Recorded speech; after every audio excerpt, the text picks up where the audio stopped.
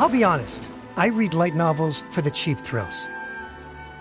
In most traditional stories, the protagonist usually has this long and drawn-out character arc, usually involving a process of separation, loss, and ultimately growth and renewed strength. It reads well and everything, it's just a little slow-paced for me. By contrast, there's this popular light novel at the moment called A First-Hand Guide to Summoning Spirits, where the protagonist is super strong right from the get-go. That's what I mean by cheap thrills. Action-packed right from page one. The protagonist is a kitsune who has not only mastered the secret art of incantations, but also tea ceremony, painting, and calligraphy. There's much more to light novels than Paimon realized. Let's go tell our findings to Yae Miko.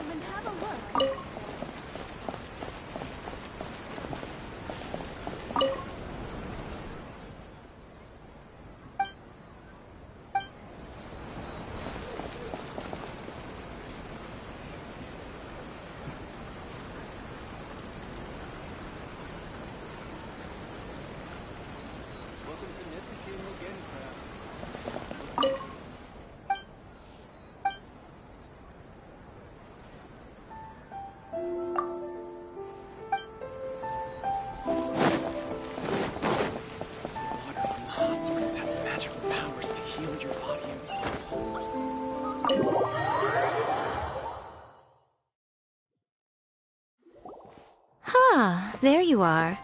Let me introduce the team. You've already met Junkichi and Shigeru. Shigeru is an experienced editor, and Junkichi is the author he's partnered with. Junkichi's working through a creative lull at the moment, but all his past works have been very popular with young people. He's developed a distinct and enduringly popular style.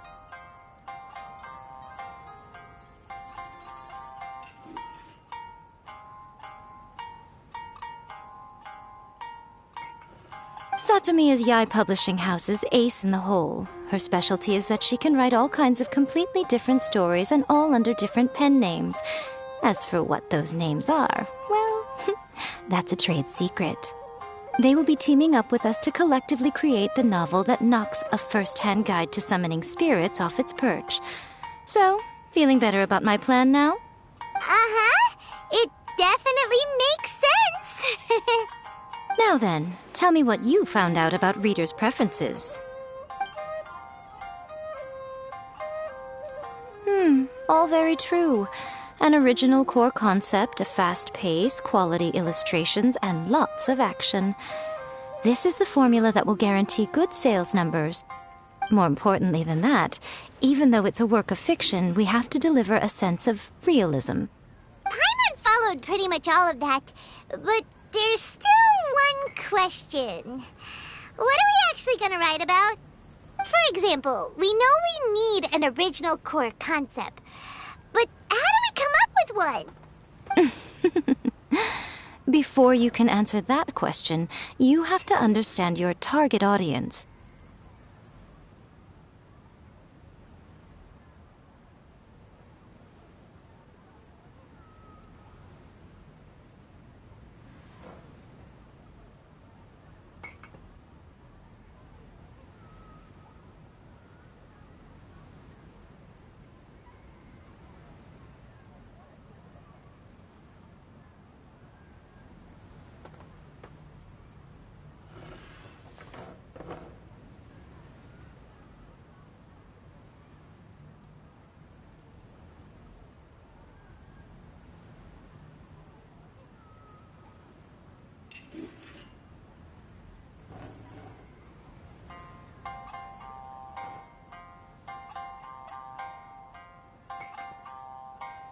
Take A First-Hand Guide to Summoning Spirits, for example. When I read it, all I find is common knowledge to the kitsune. But to the general public, it's bursting with new and interesting ideas. It all comes down to the size of the information gap between author and reader.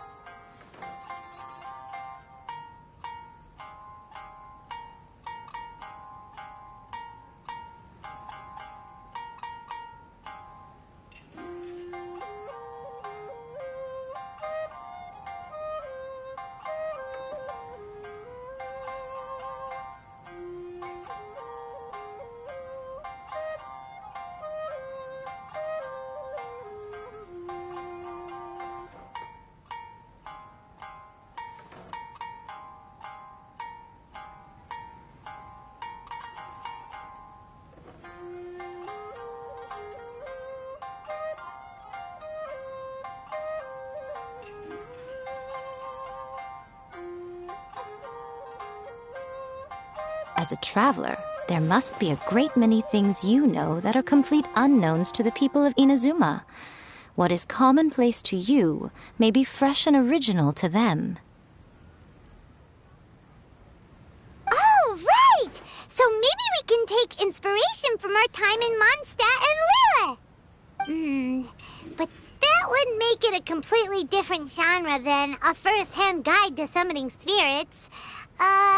Is that gonna be a problem? Not at all. You don't have to worry so much about how to compete with that book. All you have to do is provide some interesting ideas based on your travel experiences. As long as the core content is interesting, my expert team here will be able to flesh out the details. Alright, let's start with Chapter 1 then. What are you thinking?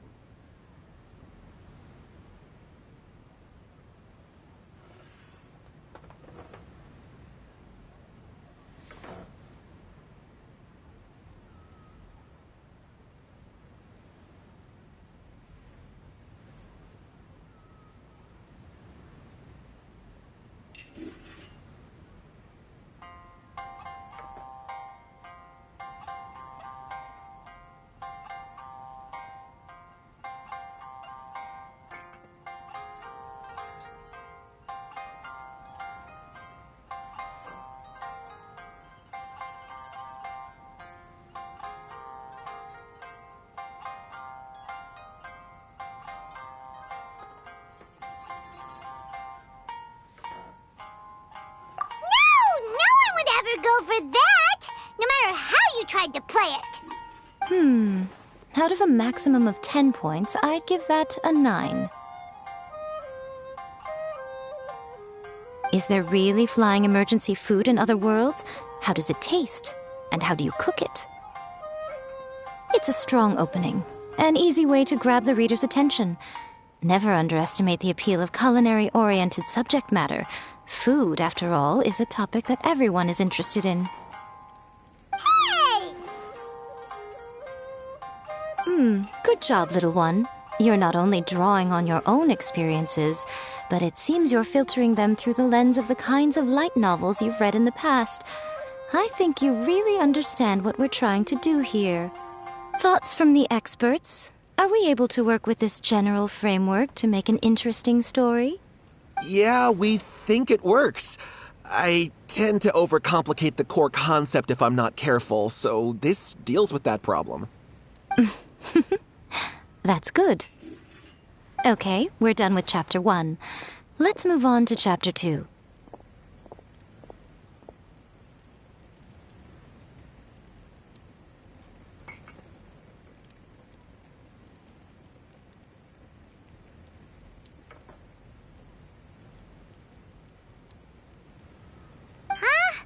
Won't that do for now? Readers will devour your content a lot more quickly than you'd think.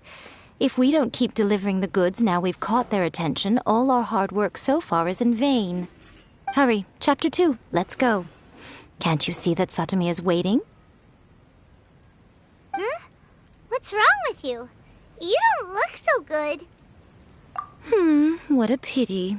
I thought your beginner's luck would carry you a little further before it came to this. But alas, the time has come prematurely. Before it came to what? What's happened? The bane of our existence. Writer's block. It's your arch nemesis for life, appearing without warning and inflicting a pain worse than death upon the writer. They sell their souls just to get their muse back. Sounds awful! When this happens, the best thing you can do is have a bite to eat and take a proper break.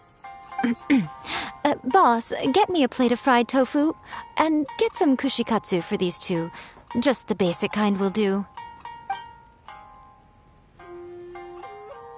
Don't worry, this is my treat. Your treat? Oh, wait a minute. Miko, we'll be getting paid for all the hard work we're doing, right? Of course, everyone that takes part in the creative process will be paid. Alright, cool. Then let's press on, shall we? Don't give up now. For the sake of our paycheck, get your brain going! Ooh! Does this mean your inspirations come back?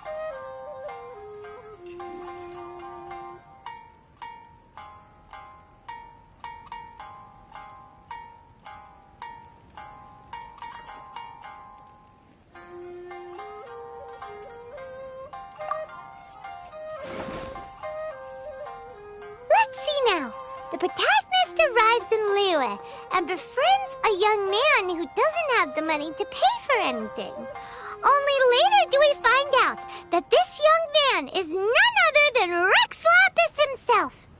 With the help of the Qixing and the protection of the Adepti, I am free to roam this vast realm. Is this the kind of cheap thrill that guy was talking about? I give it a 9.8. The story is fun and action-packed with no dark undertones. Also, there are a great many legends about Rex Lapis. I'm sure it will spark the people's curiosity. I, for one, think there's a sizable market for this. Approved.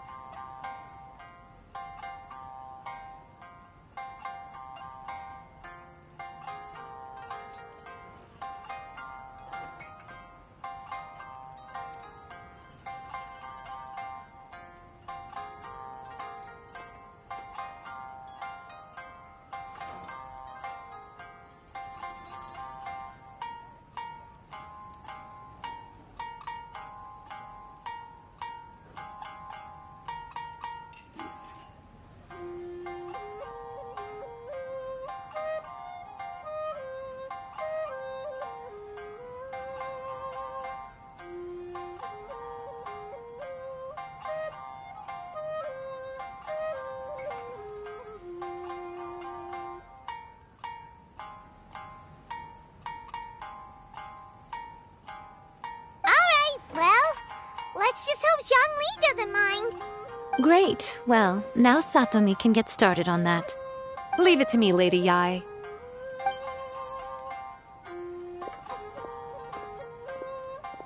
Let's write about Inazuma in the 3rd chapter, shall we? I can help with this one. We can use the Vision Hunt Decree or your experience in the Resistance. Any ideas?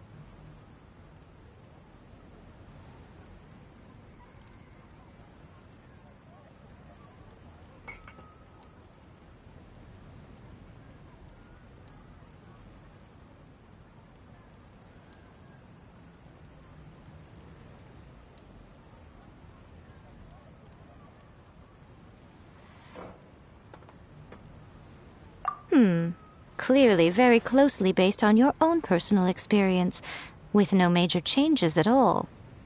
That's fine. Since it's something that took place in Inazuma, it might actually be more interesting to readers if it's grounded in the truth. One thing, though. We'll need to rewrite the part about me giving you the Omamori. Let's change it to... The mysterious Lady Kitsune teaches the protagonist a spell that can make their wishes come true. The protagonist uses this spell to defeat the Raiden Shogun in battle. That should do the trick. Whoa, so we're really going head-to-head with our rival on this one, huh? I suppose so. Once they're done writing the manuscript, I'll write the passage where the protagonist recites the incantation myself.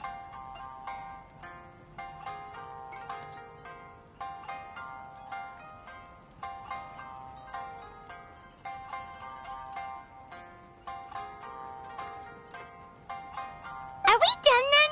Do you really think this will be able to beat a first-hand guide to summoning spirits? The content is fine. Now we just need to promote it. I will contact an artist to make some illustrations. I'm positive they will be at least as good as those in A First-Hand Guide to Summoning Spirits.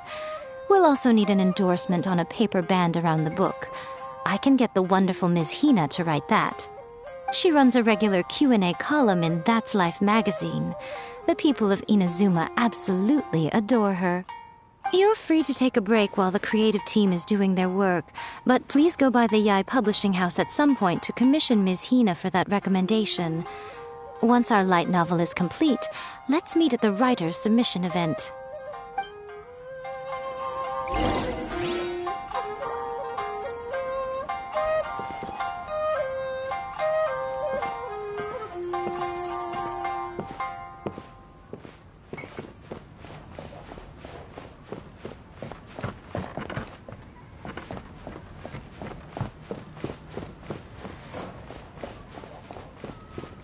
Welcome to Uyu Restaurant. Please talk to me if you want to order. That's just like Erika, always refining her craft.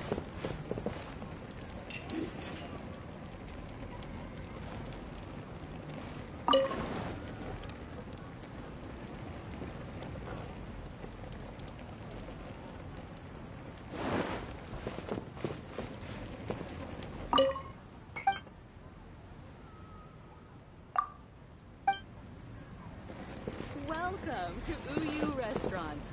Please talk to me if you want to order. That's just like Erika, always refining.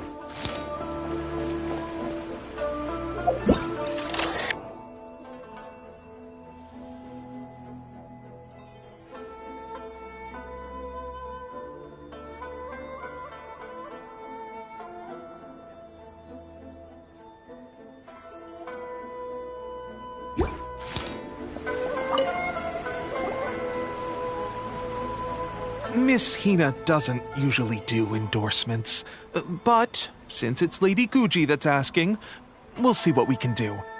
With Miss Hina getting so popular lately, a lot of people have come to us hoping to do a collaboration. But Miss Hina's not interested in any of it. She still prefers to focus all her efforts on replying to readers' letters, and turns down every promotional opportunity she can. Maybe that's why her fans like her so much. I'm getting off topic here. Anyway, if we can get that endorsement from Miss Hina, you'll definitely get an exposure boost at the beginning. May your light novel sell well and set a new record for the Yai Publishing House. We'll do our best.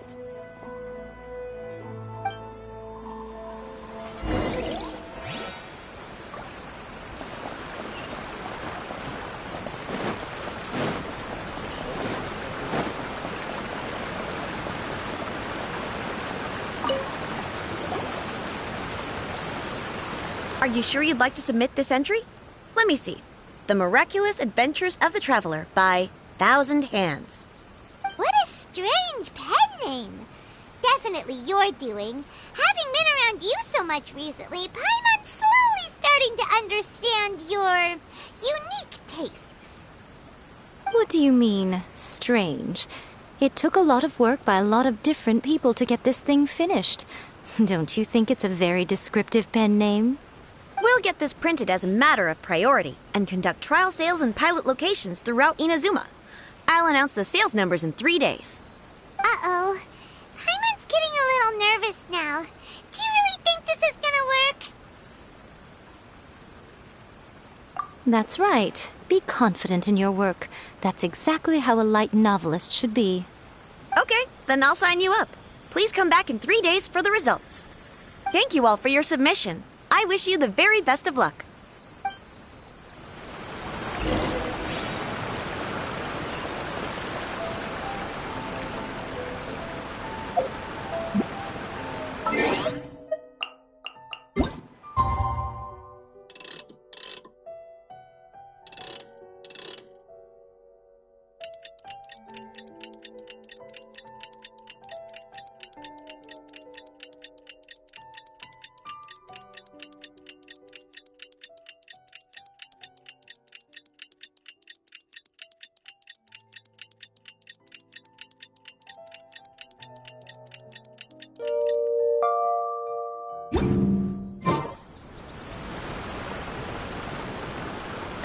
You've all finally made it.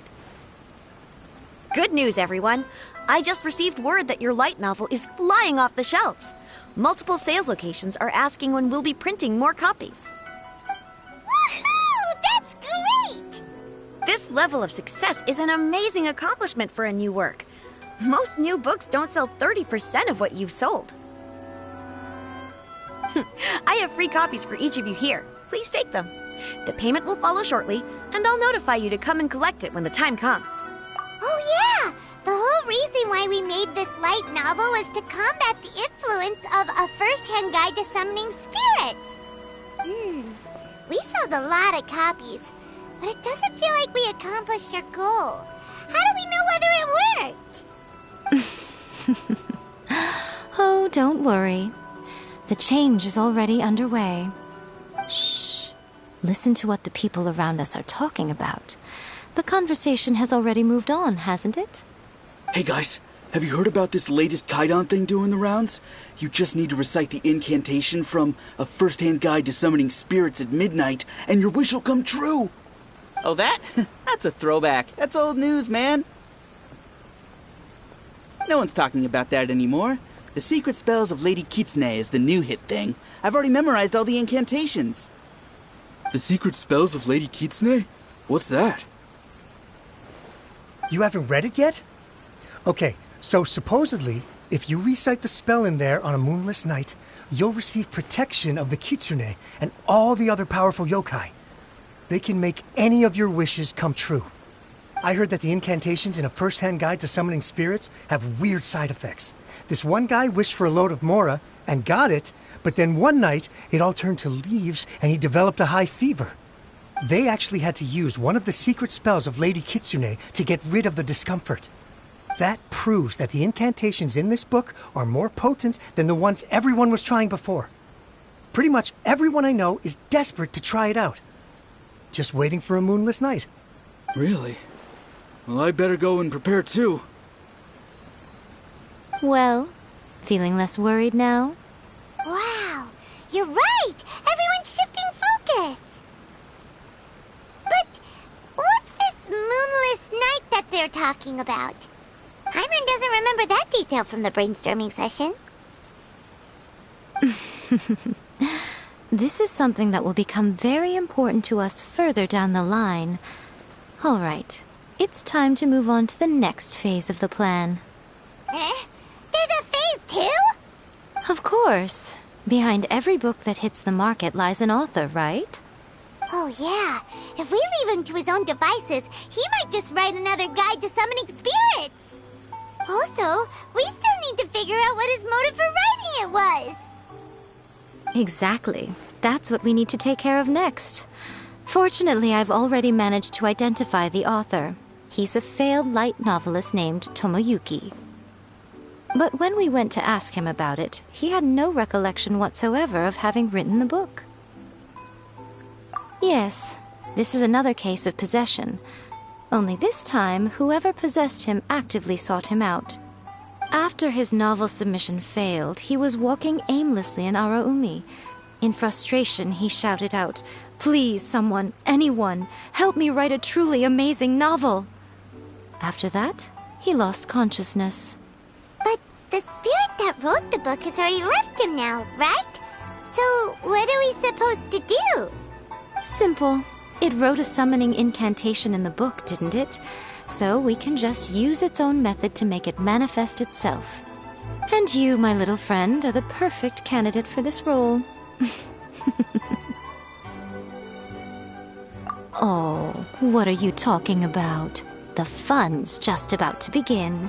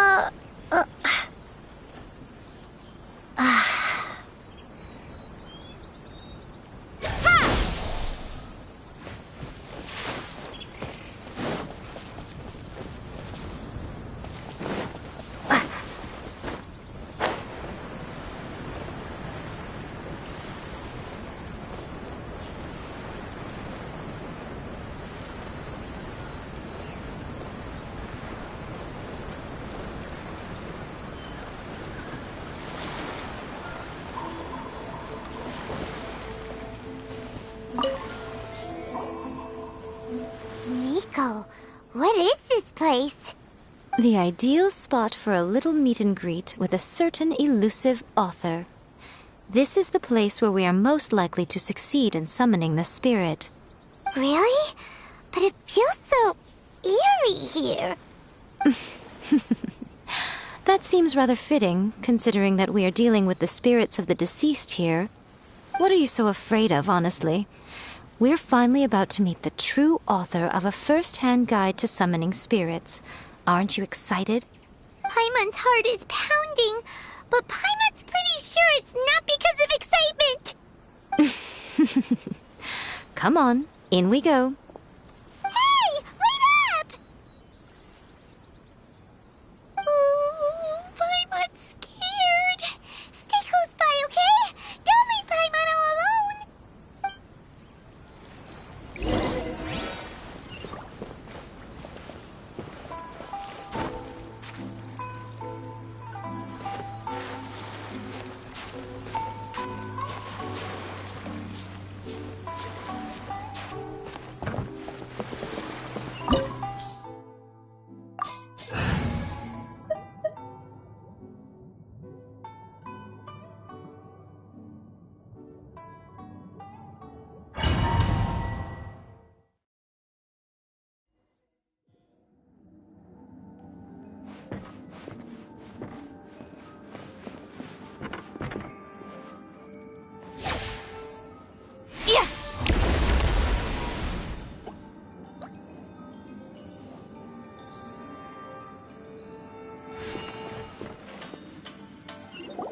What a weird painting.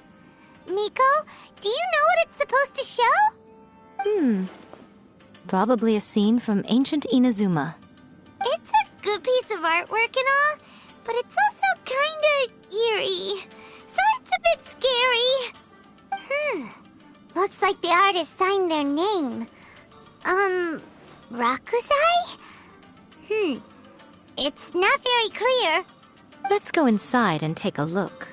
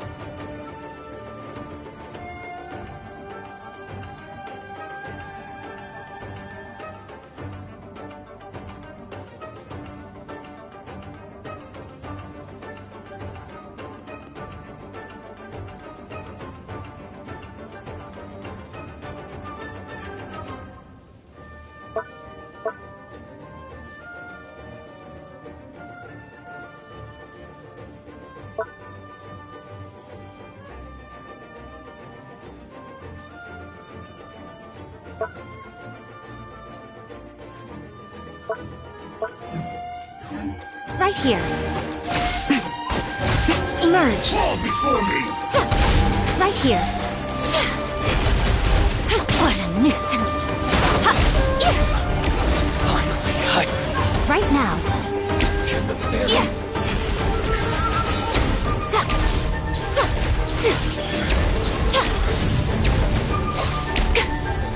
Cut down!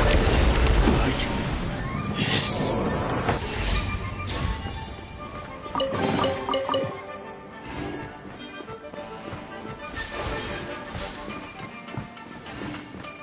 Wow, this place is huge! Hey, is that a mirror? There's a really weird-looking stool as well. Wonder what it's for. Ah, I see. This setup is quite handy. Saves me a lot of work. All right, go and take a look around. There should be a mechanism somewhere that makes the whole room move.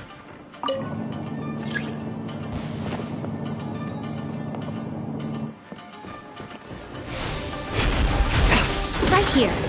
Dodge this! Right now. Emerge.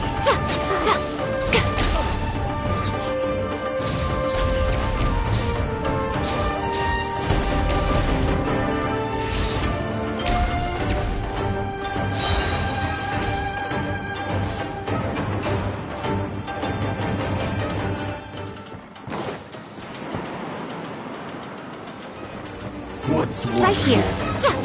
Right now. Right here. ready? I'm always watching. Cheap tricks. Right now. Emerge. Right now. You win. Cut down. Like this.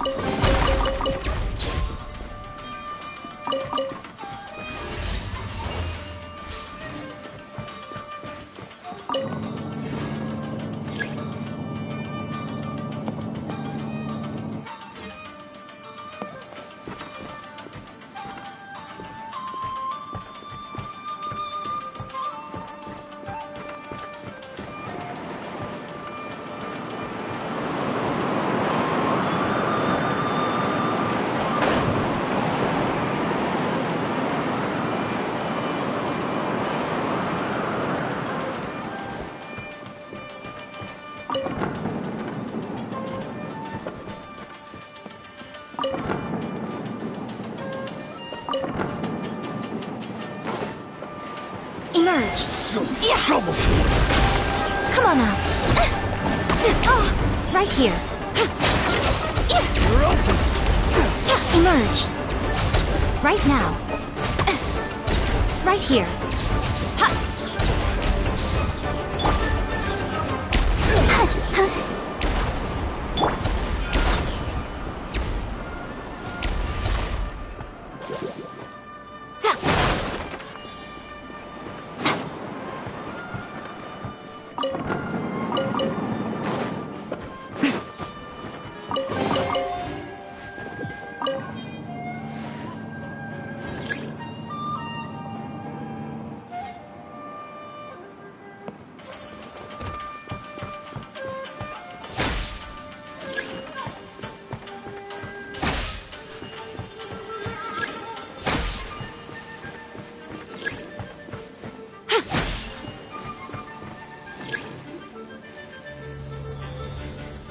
Whoa.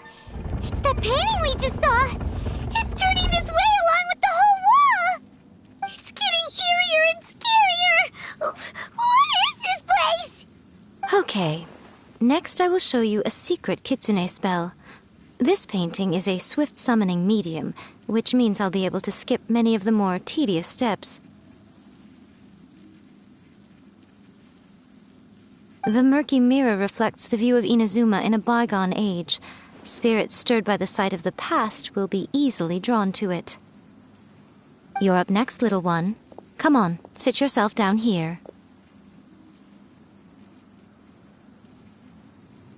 Yes. The whole point of a summoning ritual is for a dead person's spirit to possess a living person's body. You saw what happened to that Oni samurai spirit. After leaving the host's body, he was only able to maintain his form for a very short time before disappearing. Are we positive that summoning a spirit to possess the traveler isn't gonna have any lasting negative consequences? Oh, you really care about the little one quite a lot, don't you? I'm a little jealous. I wish my friends were caring like that. Anyway, are you scared, little friend? Don't you worry now, it'll be over soon. Just think of it like having a dream. Sit on the chair, stare at the painting, and relax your body and mind. But try and be natural. There's really no need to be nervous.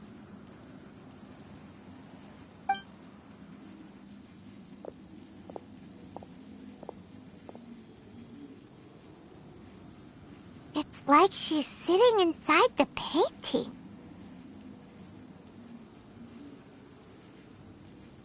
Huh? Is Paimon seeing things? Did the painting just move?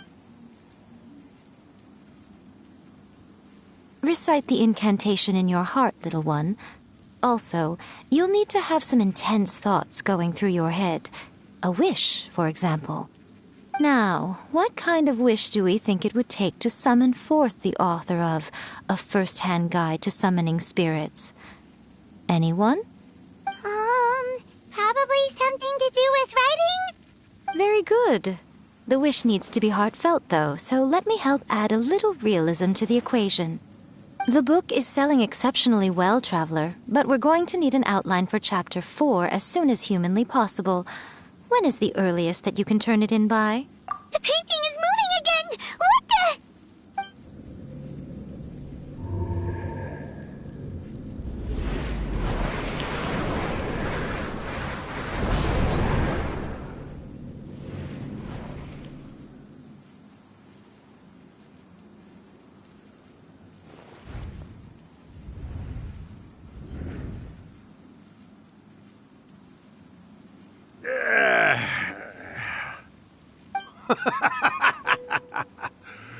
I never thought the day would come when I'd be summoned using my own ritual. Getting a taste of my own medicine. What have we here? Another budding writer? What's come over you all? Why is everyone wishing for help with their writing? Are novels so popular in this day and age?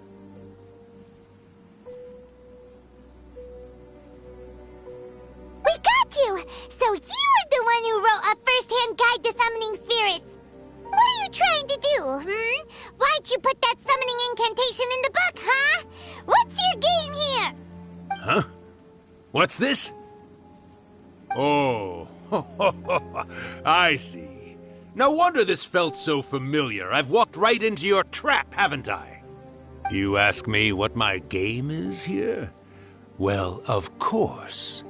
It was to use this incantation as a means for all the souls of the departed yokai to make their glorious return to the world and plunge all of Inazuma into a brutal, bloody war! What? Paimon knew it! You had an evil plan all along! Oh, did you now? Then how naive of you to let me possess this body so easily. I sense... yes, great power within her. Good. Good! With this power, no one shall be able to stand in my way! Wake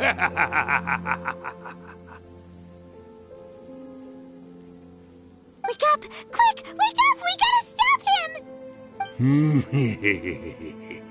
It is futile. You shall never wake her again.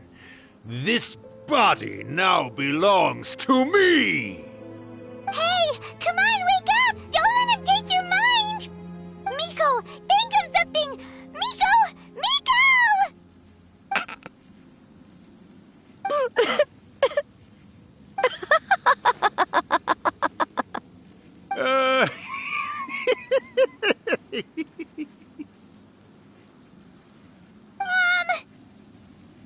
You're laughing?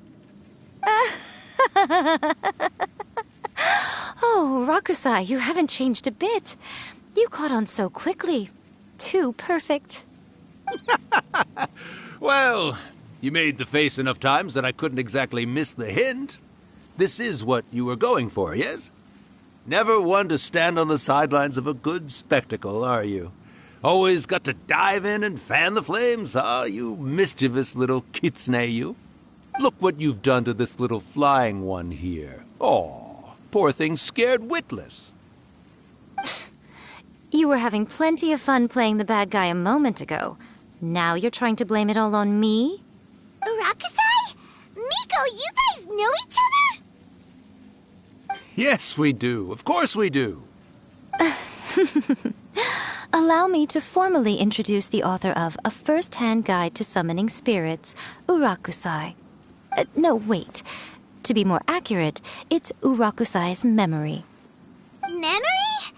But isn't he a spirit? Ah, spirits, memories. They're just different words to describe the same thing. Something that comes from the ley lines. Do you remember that recent incident when the Rift Hounds were gnawing at the sacred Sakura's roots? You witnessed human memories leaking from the ley lines, didn't you? Well, since there are human memories, of course there are going to be yokai memories too. In life, yokai possess supernatural powers, and even when they are a shadow of their former selves from a bygone era, they still have the ability to control whether they are visible or not.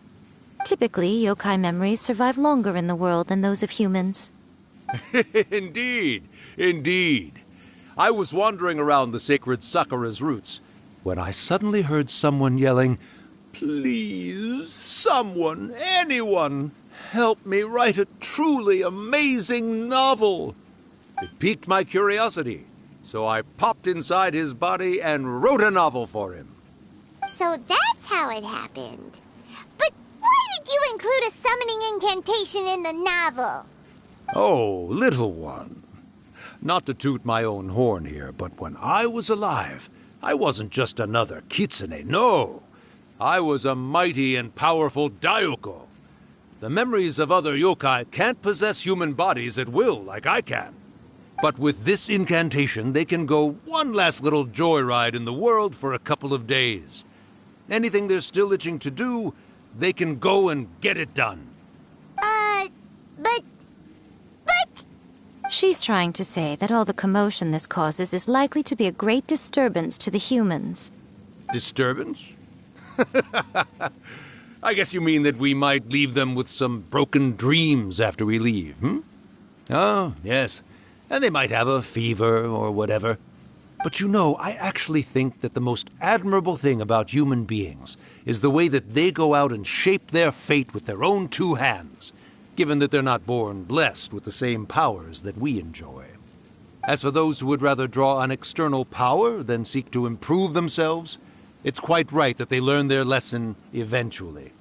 So when you think about it, we're actually doing the humans a big favor. Miko, you agree, don't you? Yes, that's what I thought too. All right then. You finally convinced Paimon. You guys were right. What are you scared of, little one? Don't be deceived by her day-to-day antics. Miko is actually one of the most powerful yokai out there. Not only that, Irakusai, but my latest work has beaten that book you wrote, A First-Hand Guide to Summoning Spirits, to become the most popular in Inazuma. Of course. You were never one to make extra work for yourself where you can help it. And yet you went to all these lengths to find my painting room, and even took the trouble to summon me. I knew you must have some ulterior motive. You were always the one to pick a quarrel with me when we all used to gather around and share stories. All right. You win, I lose. Happy now? Ha! I finally get to hear you say it centuries later. Ooh, I must say it feels good. I remember when you were just a little girl, always hanging off my shoulders. A few 100 years later, and you're all grown up. Oh, Urakusai, how much time do you have left? Not much. That goes for all of us, actually. We've all got to go back where we came from in the end. Everyone's quite content in many ways, but they still can't help but ask, are we ever going to have another Hyakyako? Don't you worry about that, Urakusai. Arrangements are being made. When my bell rings, it means the moonless night is upon us. Great. Wonderful. Fantastic. Miko, it's been nice catching up, but I'd better conserve my energy if I want to stick it out until then. So, I'll be on my way now. All right. Goodbye then, Urakusai. One last thing, Miko. I just want to know, have you been well all these years? I've been great, of course. Every day is a happy one. Especially these days. Not only do I have my light novels, but I've also met these two delightfully nosy outlanders. And even A is finally starting to come to her senses. Quite a miracle, given how pig-headed she can be. Oh, well, great. That's fantastic. Urakusai, you'd be right at home in this era. A great storyteller and artist like yourself would be the Yai Publishing House's ace in the hole. And I would personally be hounding you over your next installment.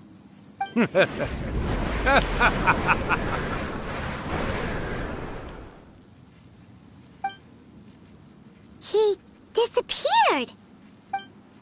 Are you awake? How are you feeling? Are you all there? Here, like last time, repeat after me.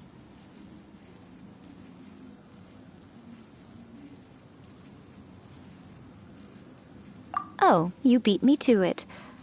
Looks like your brain is intact. So, your first possession, What was it like?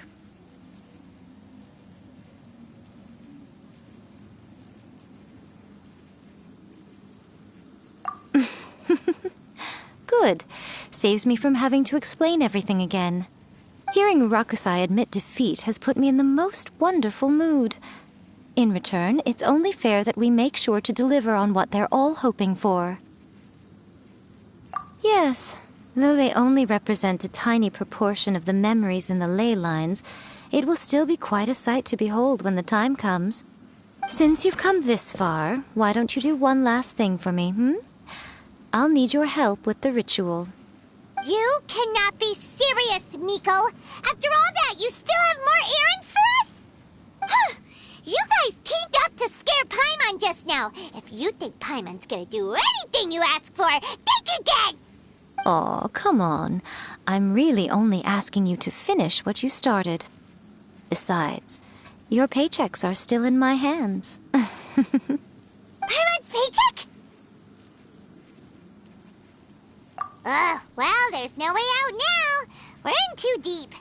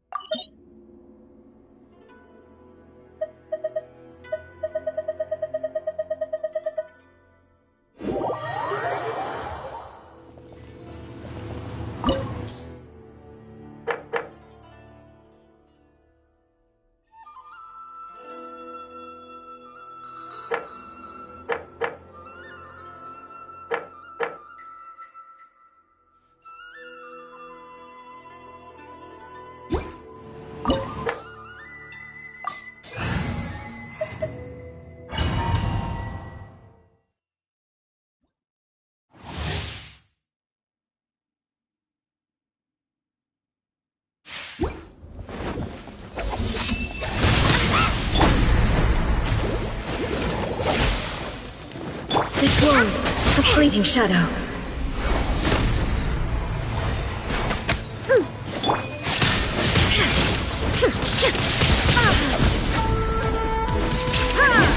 Pathetic. Weak.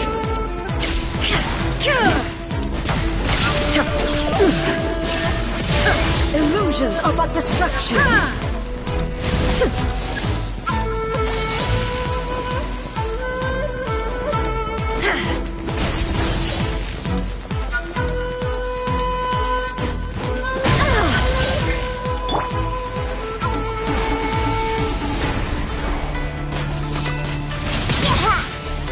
I'm here. No! All desire can be broken.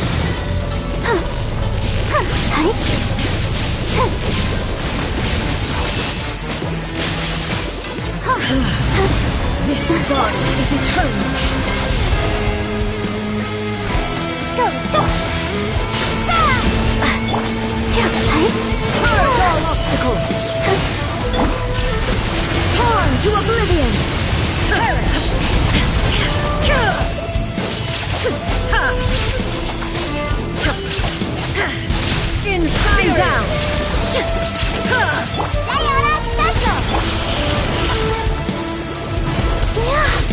Witness the final calamity!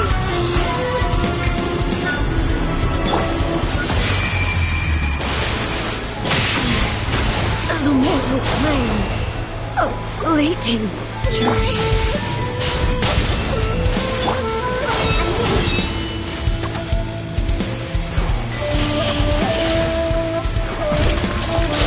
Eternity is in my hands! I'll protect us!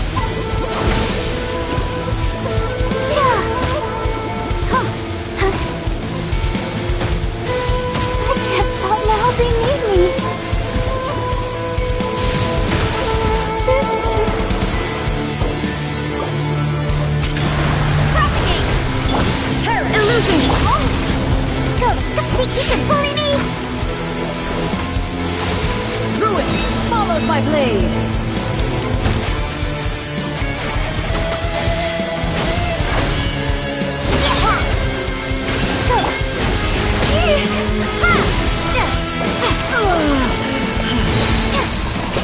Spring forth! Now you shall perish! Look at you! Shine down! Propagate!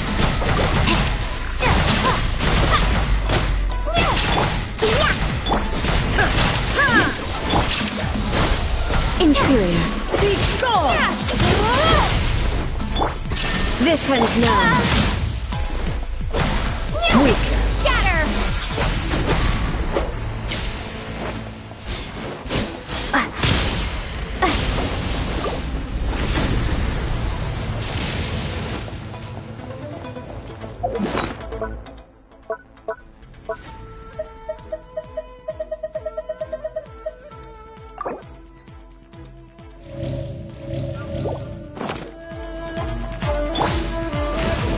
I'm here.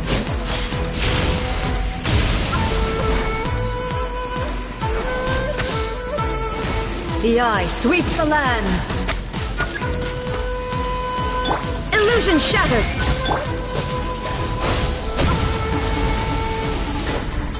Lightning falls on the land of eternity.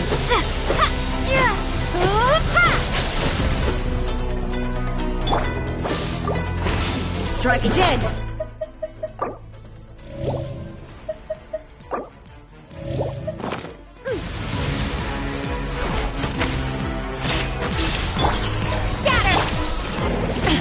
There is no escape! This body is eternal!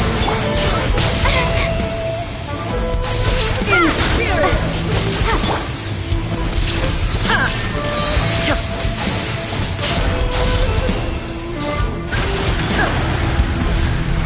Perish! Inferior!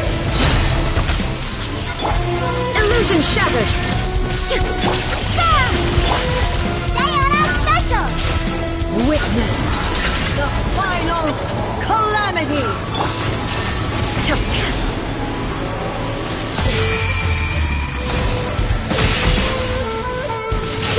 Inferior! I'm a rock!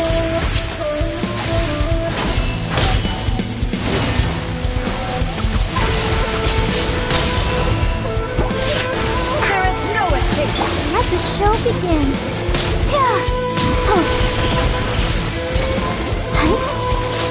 Eternity is in my hand!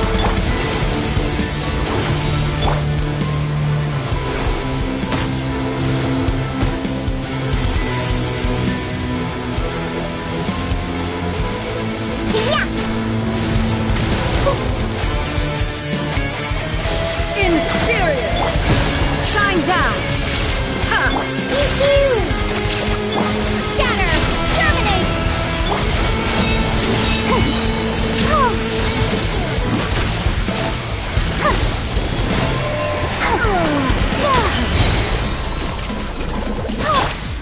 Handing your drink!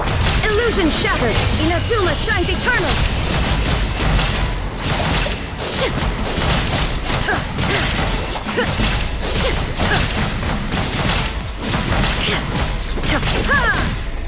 There is no escape! Weak! I'll protect us.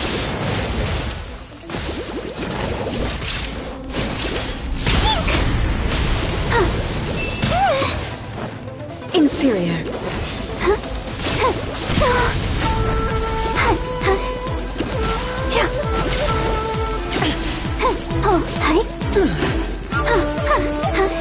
Inferior.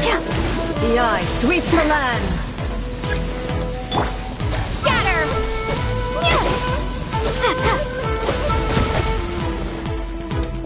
Let's dance. Lightning falls on the land of eternity. Shine down!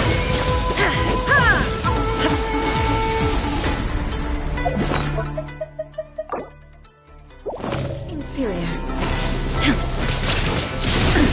Absurd.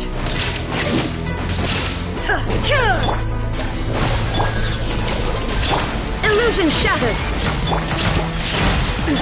Absurd. This bond is eternal. Follows my blade.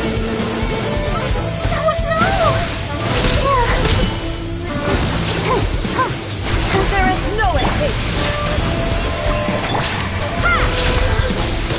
Purge all obstacles. Now you shall perish.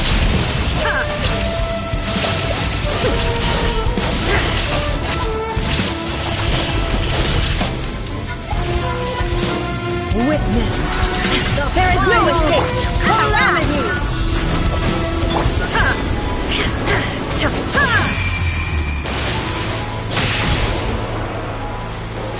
Inferior. Let's dance. There is no escape.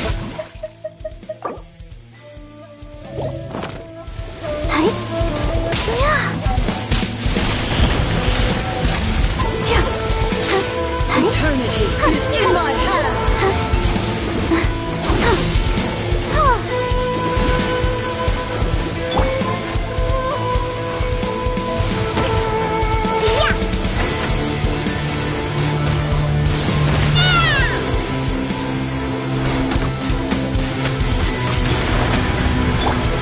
Protect us.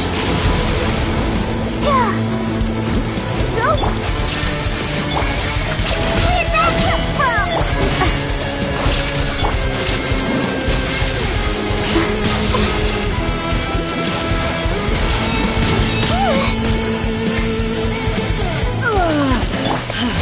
Answer! Look at you! Spring force! Torn to oblivion! Shine down!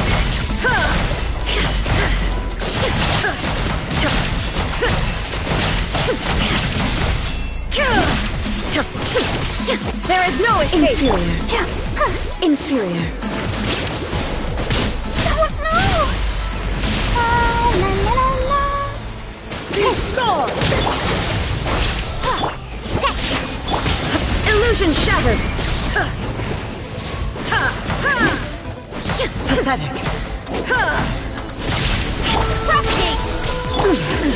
Absurd. There is no escape. The eye sweeps the lands.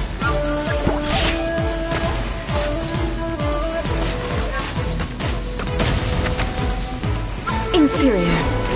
Strike dead. I won't accept defeat. Lightning falls on the land of eternity.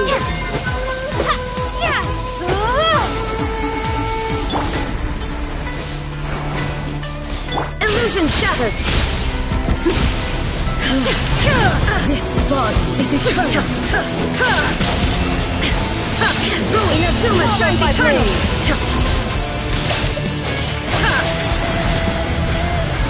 Perish! Pew-pew! Diana! Let the show begin! Come on! We can do it!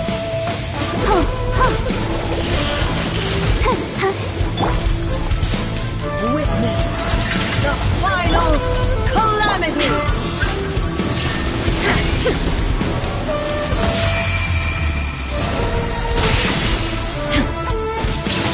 Inferior!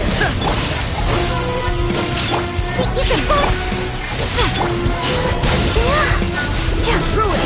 Followed by blade!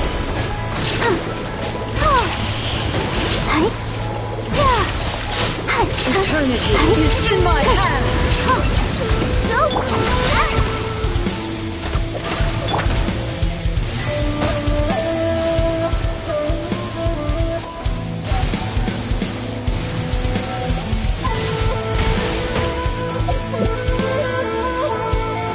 Let's dance. There is no escape!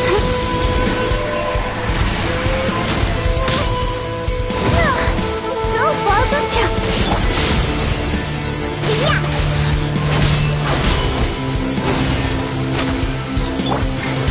Inferior!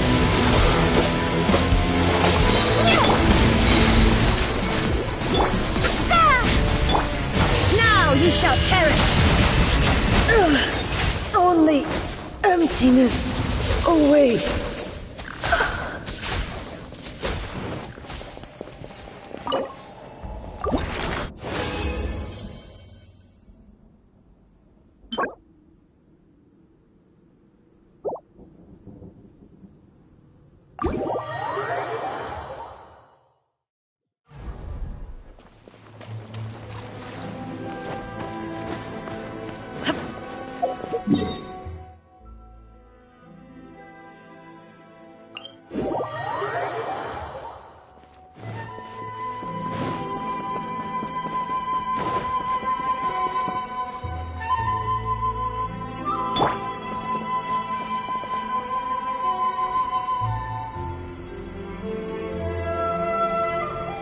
Well, hello there, my little helpers. So nice of you to join me.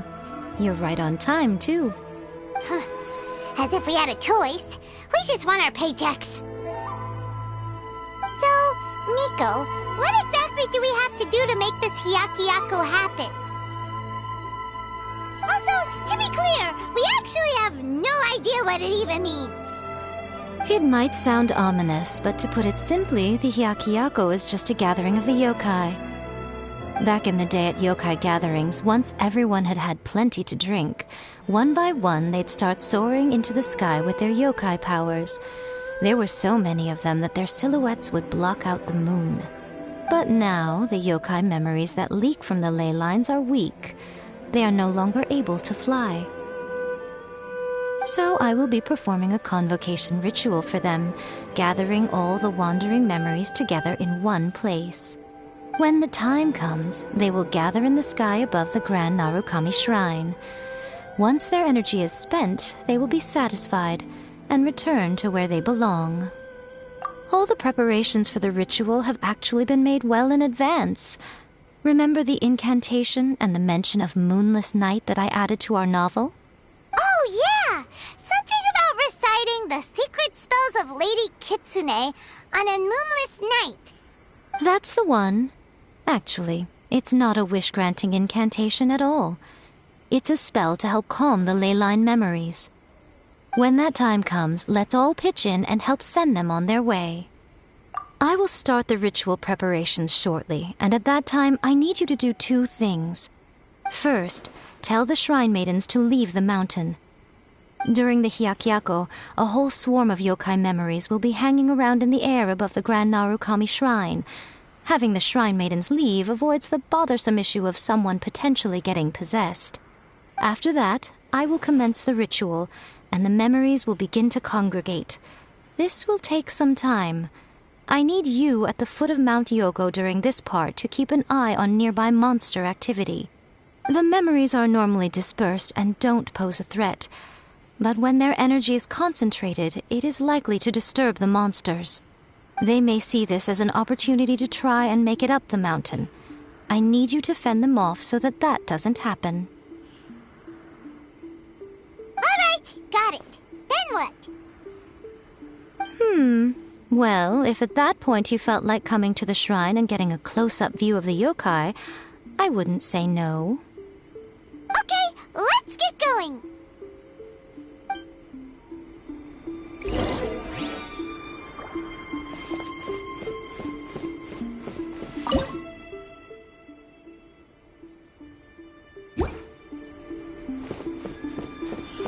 Narukami, please.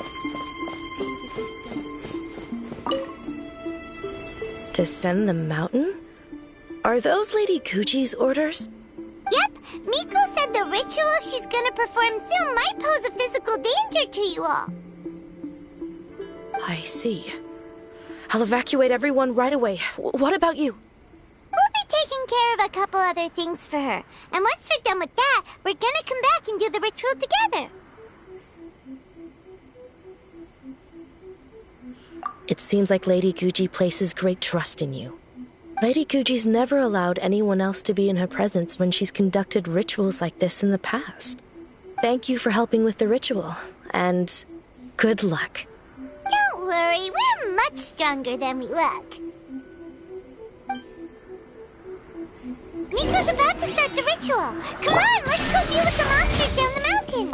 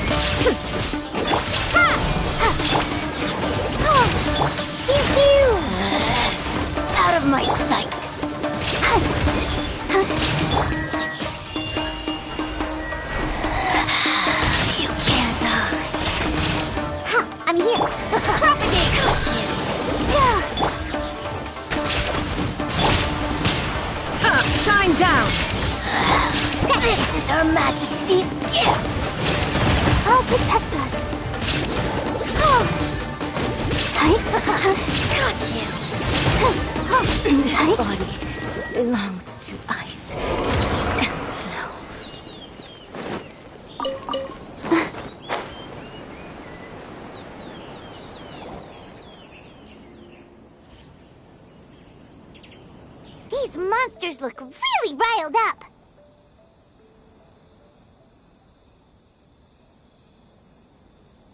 Yep. Let's get rid of them as fast as we can. Then we can get back in time to see the yokai. All right, here they come.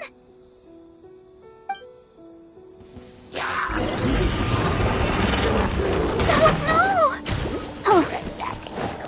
Look at you! Scatter! Illusion shattered!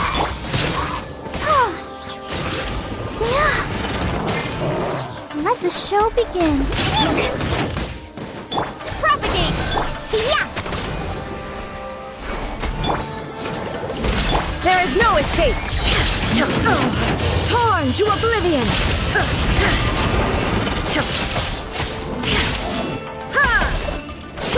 Shine down! Spring forth!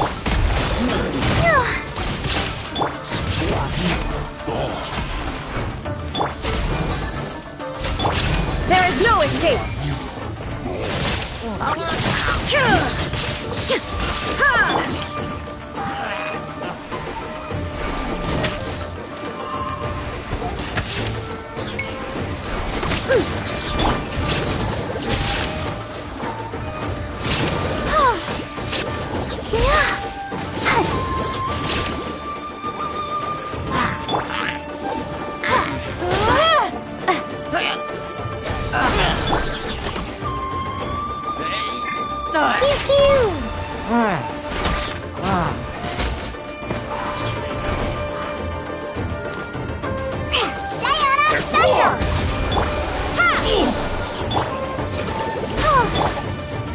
down! Inazuma shines eternal!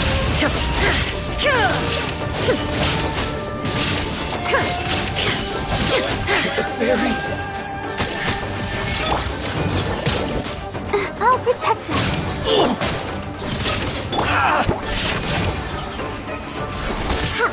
Scatter! See no more! There is no escape! Oh, there's so many of them! Come on, you can do it!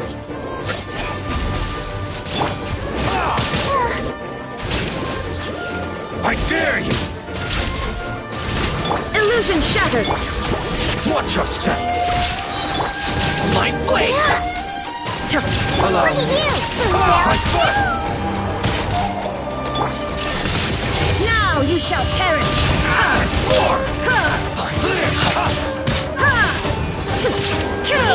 Don't hold back!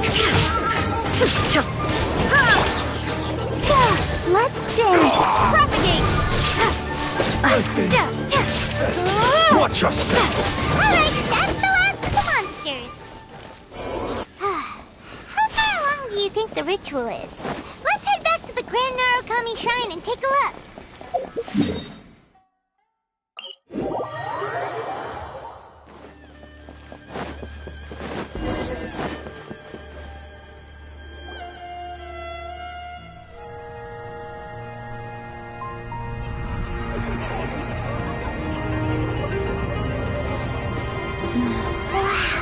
So many! They're everywhere! Huh? Yes, the memories of the yokai. They haven't been able to relax and soar through the air like this for a long time. Come with me.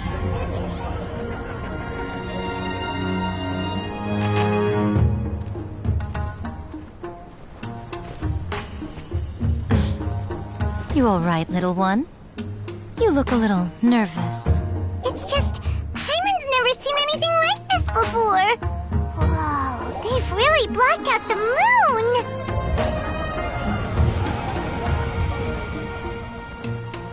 It does look a little intimidating, doesn't it? But I know them. They may be loud and brash at times, but they are good and brave souls. Even after losing their lives in a brutal war, they have never given in to grief or despair.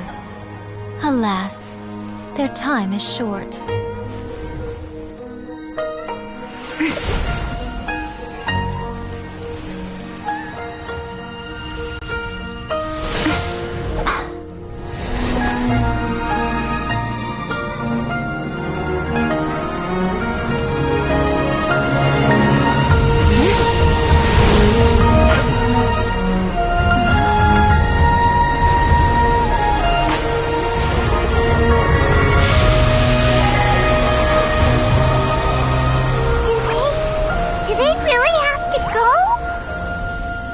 It's a feast, and all feasts come to an end. Since you're sorry to see them leave, why don't you do the recital along with me? O Hakushin, cause of this enchantment, in reverence I perform this rite. In reverence I perform this rite. To be a guiding light.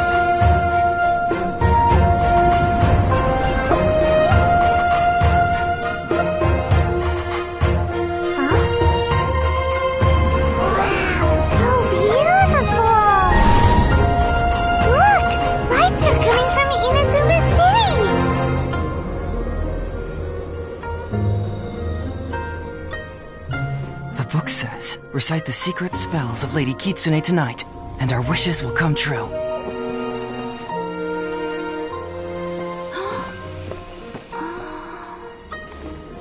O Hakushin, cause of this enchantment. I perform this rite to be a guiding light. Your unrivaled power will be honored eternally.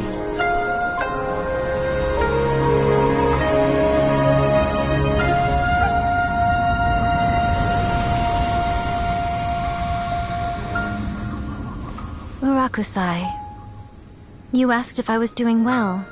Really, every day is a happy day for me. But watching you all leave now, I can't help but feel a little lonely. Just a little, of course.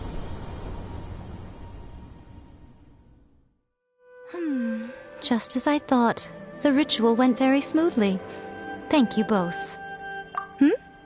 Oh, I'm great. But the look on your face just now... I'm fine, seriously. Really, No. Honestly, you two. Hiko... Fine. Well, if you're dead set on doing something for me, you can treat me to a meal.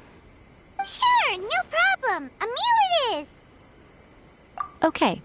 Well, see you soon then.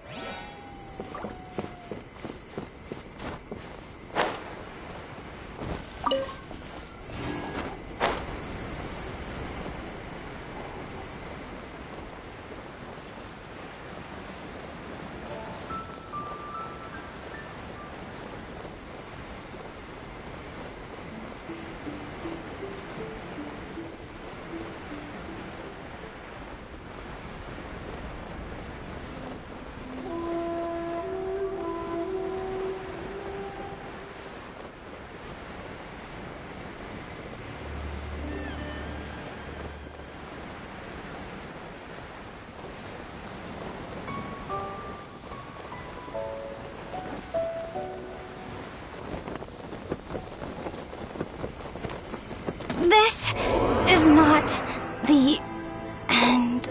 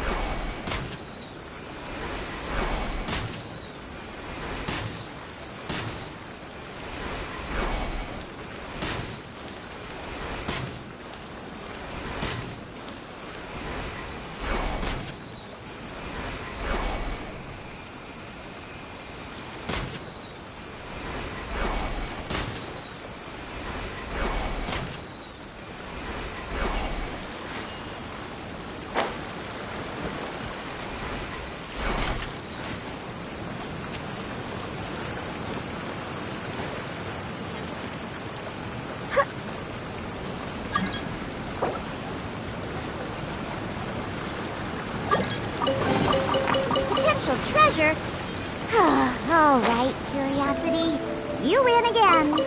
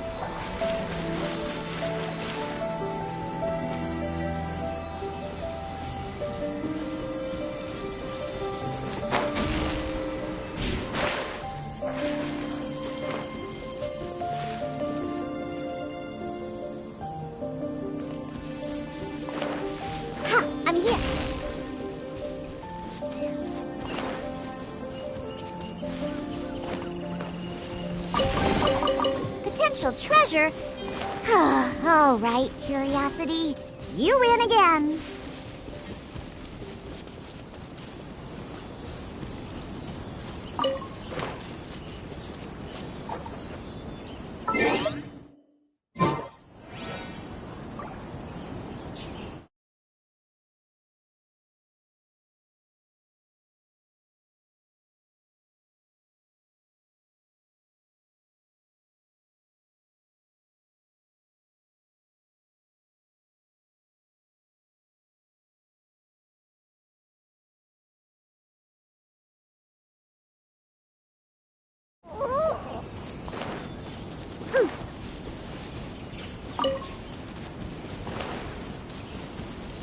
I'm here.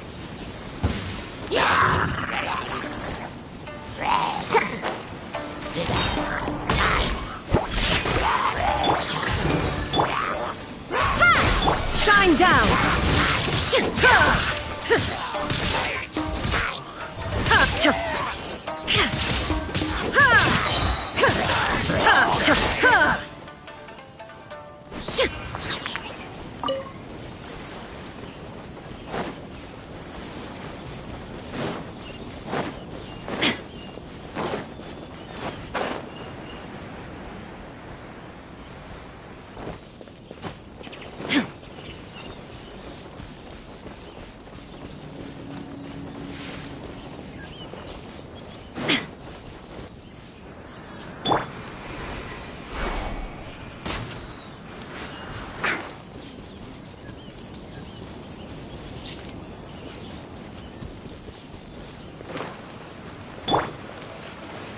Illusion shattered!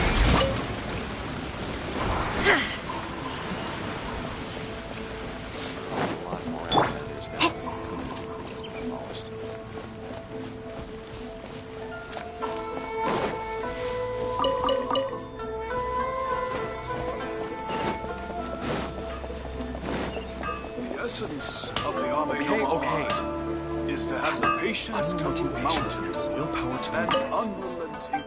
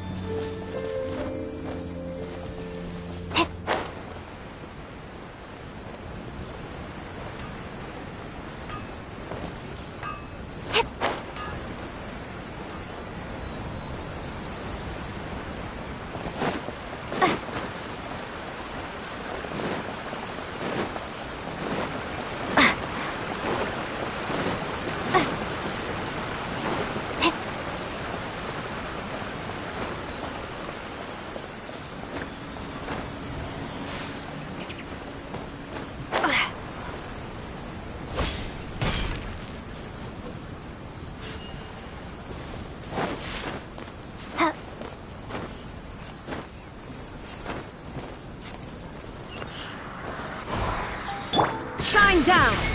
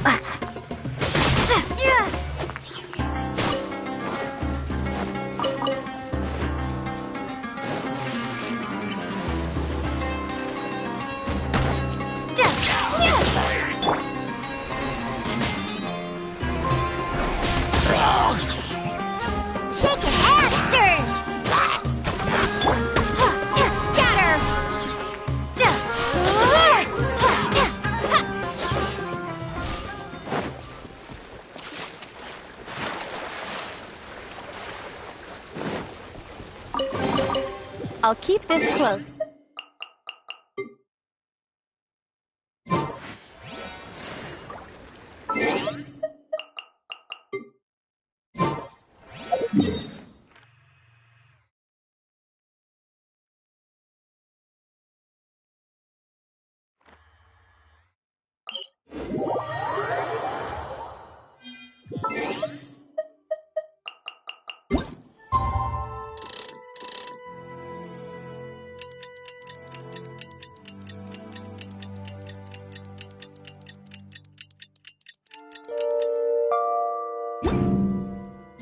Today is the day we agreed to treat Miko to a meal. The venue is Uyu Restaurant. Let's go!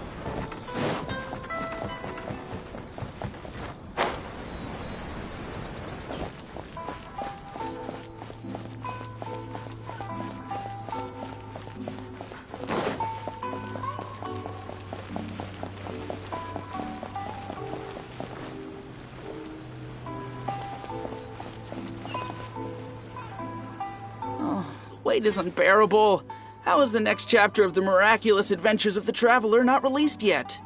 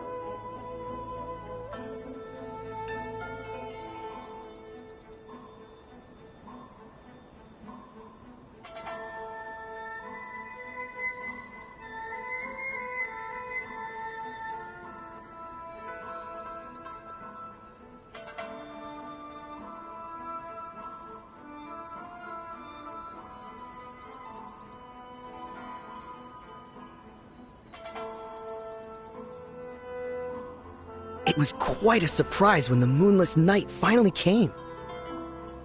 Yeah, that huge black cloud over Mount Yogo that night. It just seemed to form out of nowhere. But then nothing happened after I made a wish using the method in that book.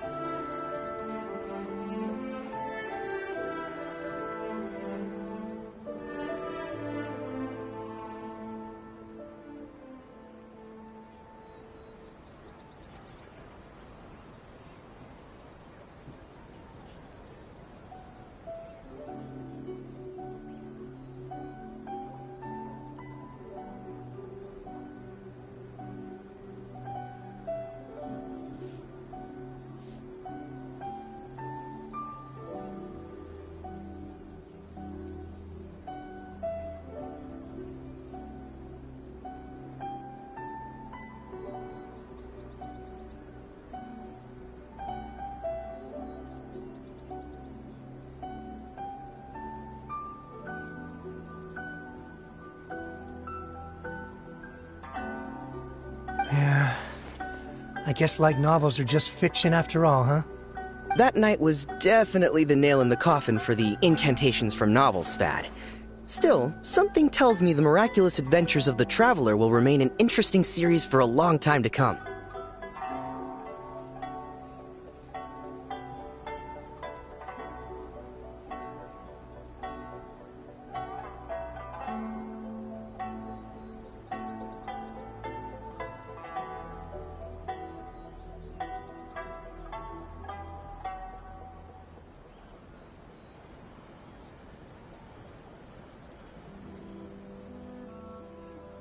Huh? Paimon can't see Miku anywhere. Guess she's not out here. Maybe she went inside already. Let's head in and look for her.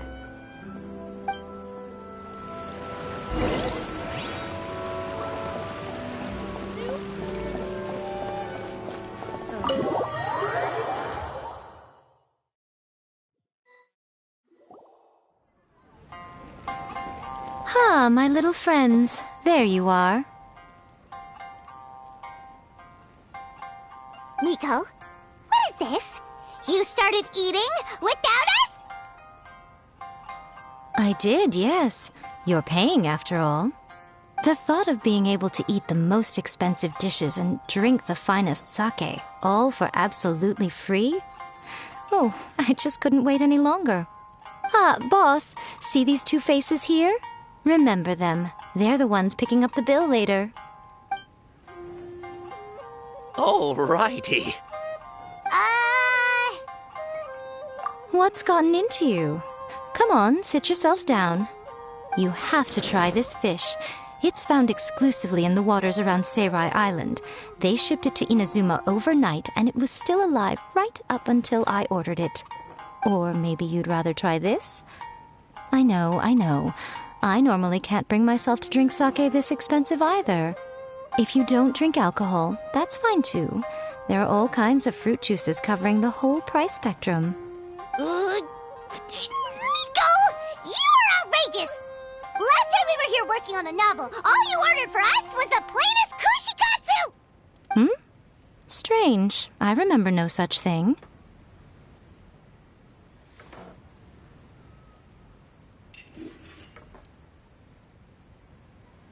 Oh, so what?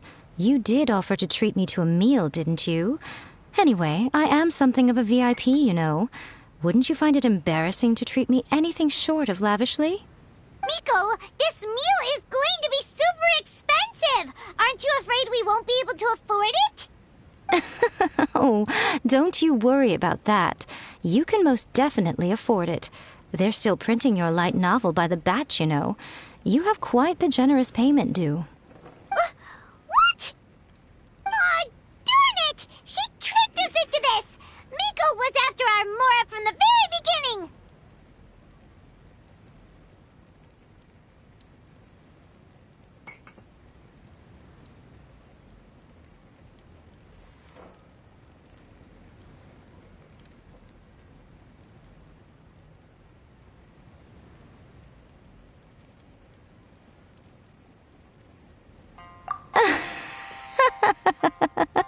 Oh, the looks on your faces right now. Too perfect.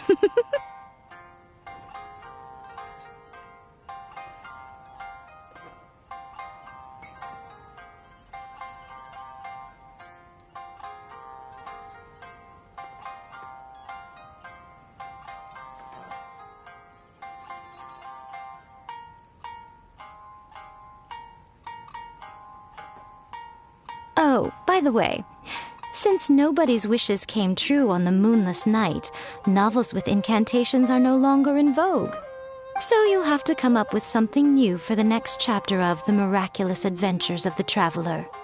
The deadline is looming. I'm counting on you.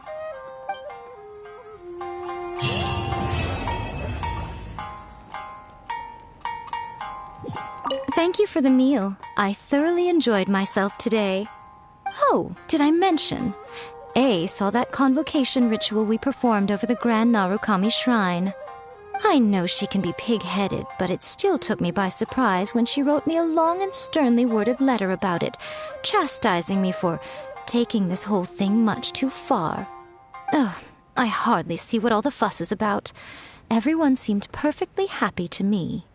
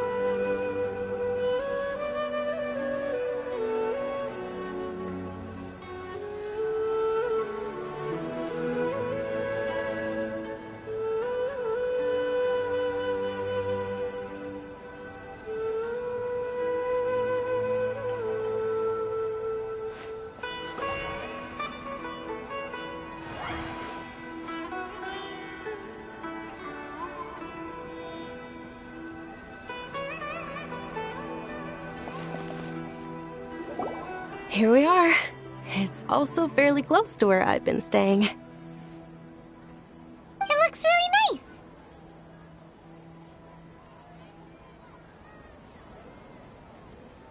nice. Not at all. Just tell me more about your adventures when you next get the chance. That's Paimon's specialty. Paimon can tell you stories next time.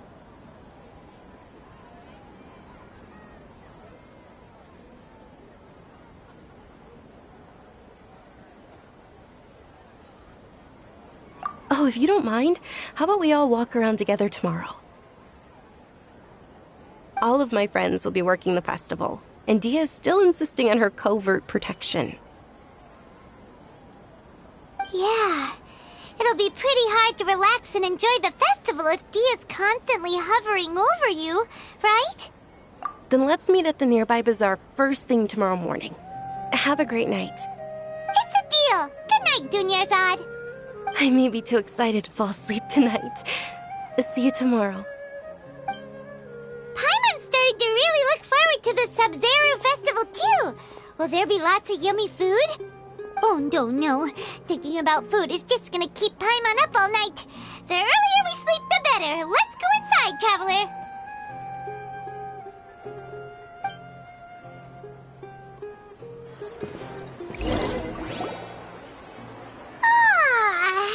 Did we oversleep? We should go meet Dunyarzad right away.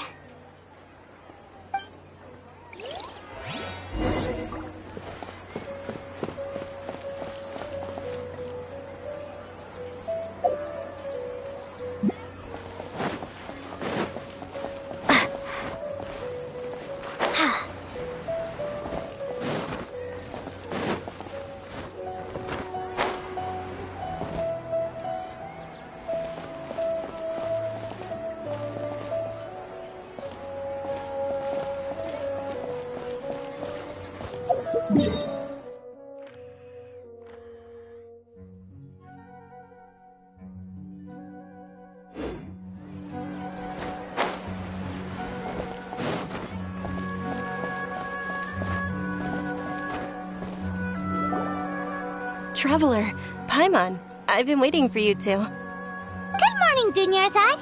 We must have overslept a little bit. Not at all. I arrived early. Today is finally here. I must cherish every moment as if it were gold. You've worked so hard for this day. You gotta enjoy it to the fullest. You know it. It's just that, as expected, I had some trouble falling asleep last night. I'm hoping my body won't be too much of an issue today. Well, shall we? Let's start with the stalls over there. Many vendors came out of the blue to support the event, and they insisted on covering costs themselves. Let's go give them some business. They paid for everything out of pocket? Oh, sounds like they're not in this just for the Mora. They all said that contributing to a lively festival atmosphere is more important than money. Especially since we don't often get to celebrate Lesser Lord Kusanali's birthday. Ooh, they're selling food over that way! Let's go take a look! This is a stall offering foods from the Haftmewa feast. Oh, you could tell straight away. I thought most people nowadays wouldn't know. Mushrooms, flowers, and all kind of fruit? It's all vegetarian stuff. Aw, Paimon's a little disappointed. So, what's the Haftmewa feast you mentioned just now?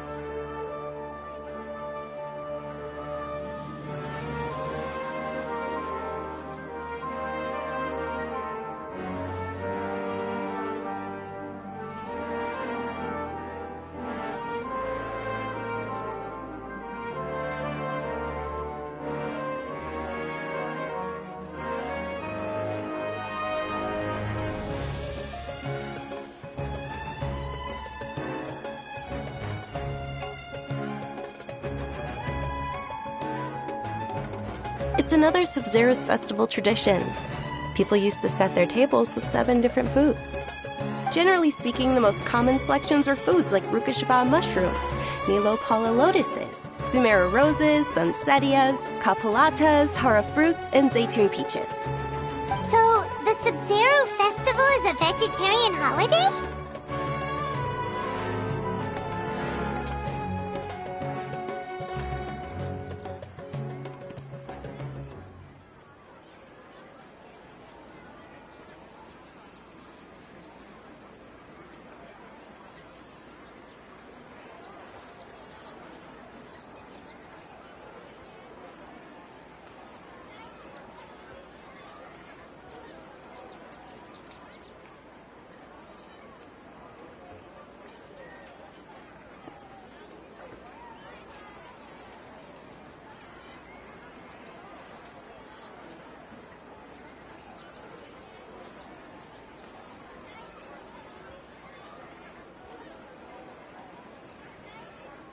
You don't have to be a vegetarian to enjoy the spread. We just use the 7 foods to symbolize the 7 virtues of the Dendroarchon. Wait, but if that's the case, if Sumeru uses vegetarian food to represent the Dendroarchon, then wouldn't the Pyro Archon's festival be full of food like roasted fowl, juicy meatballs, grilled steak? Oh, Traveler, we have to go to Natlan as soon as possible!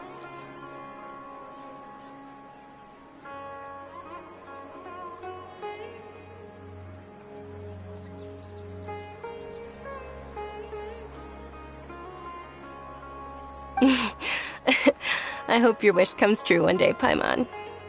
Thanks! Alright, how about we also check out some of these other stalls?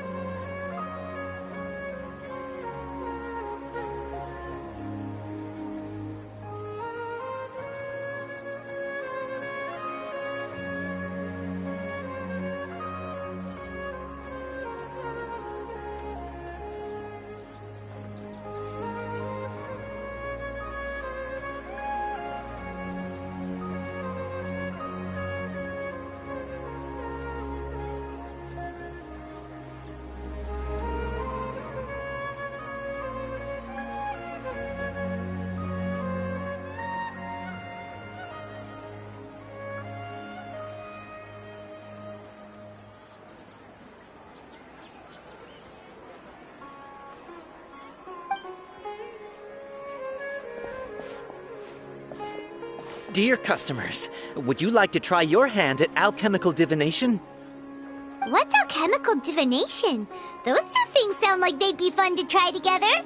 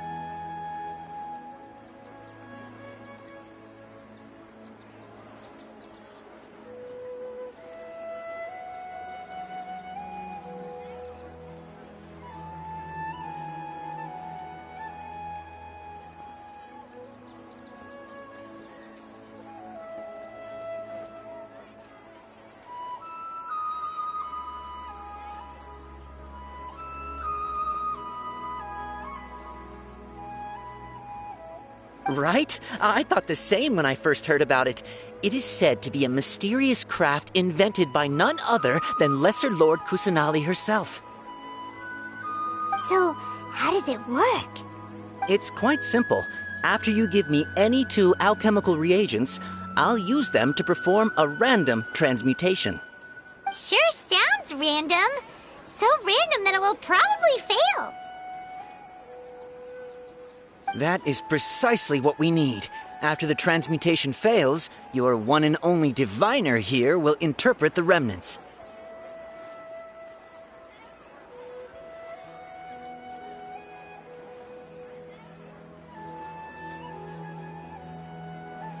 Well, according to Lesser Lord Kusanali, everything is interconnected, and all that occurs can be traced back to fate.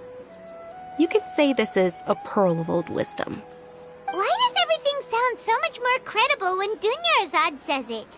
Are you guys working together? So that's the true wisdom behind it. This young lady sure knows her stuff. So, how about it? Want to give it a try?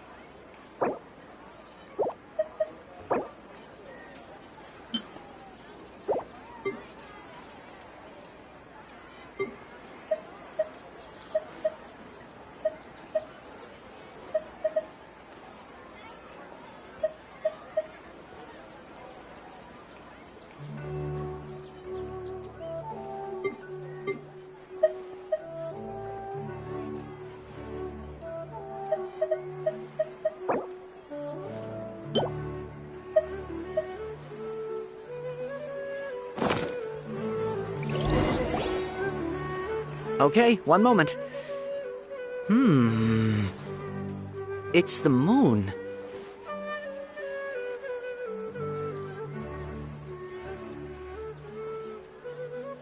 Paimon wants to take a look too! Is it? It looks more like a pie that Paimon bit into.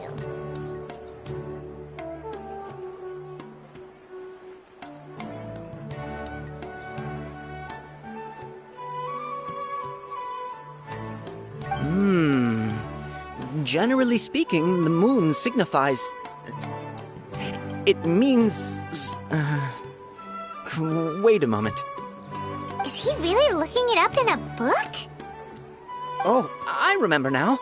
It means illusions and lies. Illusions and lies? That sounds rather ominous. Yes, but this book says that if you trust your intuition and overcome your fears, the sun will surely rise. He's not even trying to hide his book anymore. Naturally, fate will only ever show you the beginning of a journey. It is up to you to forge your own ending. Oh, thank you so much. I'll keep that in mind.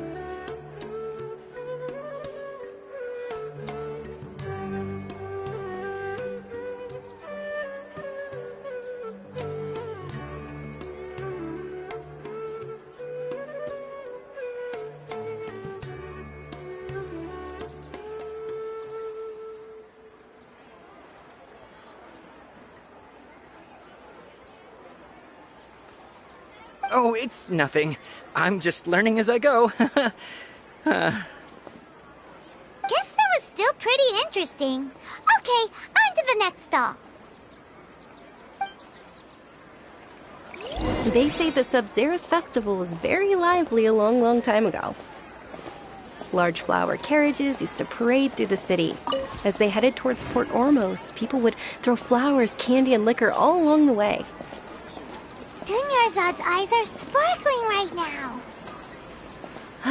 I wish I could have seen that spectacle. But if you ask me, I'm sure Nilou's dance of Sub-Zeros would be just as impressive.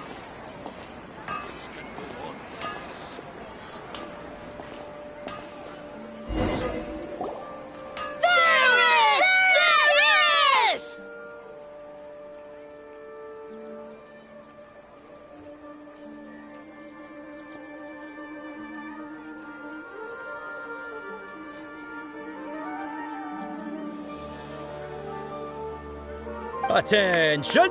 Soldiers, fall into formation if you want any Yalda candies.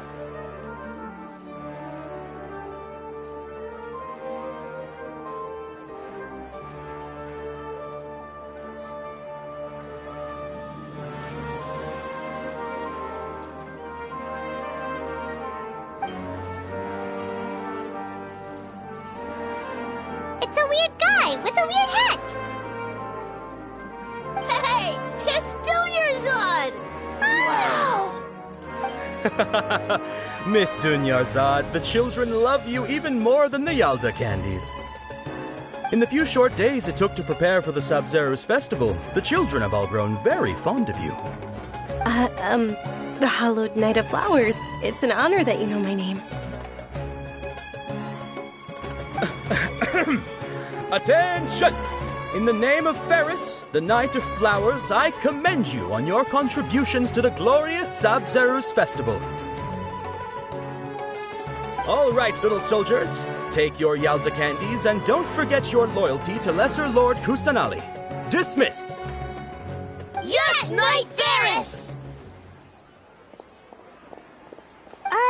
Just what is going on here? Ferris, the Knight of Flowers, is another Sub-Zeros festival icon, and one immensely popular with children. In the past, the actor portraying Ferris would also sit on a flower carriage. It's all thanks to Miss Dunyarzad's sponsorship that the children can make such wonderful memories today. As are we to you, Vihar. Oh, not at all. Oh, speaking of tradition, do you want some Yalda candies? They're a festival staple, and I happen to have some boxes readied here. Take a look and pick whichever one you want. Whichever one? Don't these boxes all look the same? That is the fun part. Each box contains a random flavor. It's up to the luck of the draw. Flavors include lavender melon, hara fruit, sunsetia. Ooh, those all sound pretty good. And there's also lizard tail and oni kabuto. Huh? What's up with those two flavors? Oni kabuto is a little spicier than lizard tail.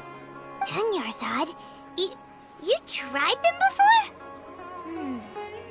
Traveler, help Paimon pick one. It's all right. Paimon believes in you. I also believe in your intuition. Great! These boxes of candy are numbered 1 to 5 from left to right. Which one do you want?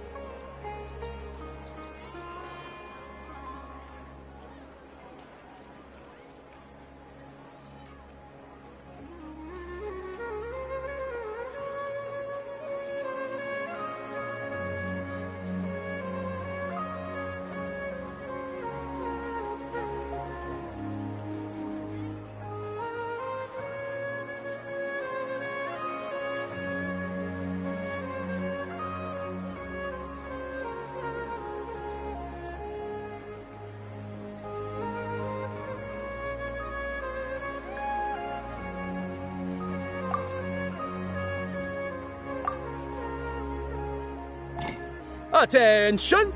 That's unfortunately lizard tail. Oh, Paimon thought you survived so many epic battles because you had incredible luck. But looks like Paimon was wrong. The sunsetia flavored candy was in box number 4. How about this?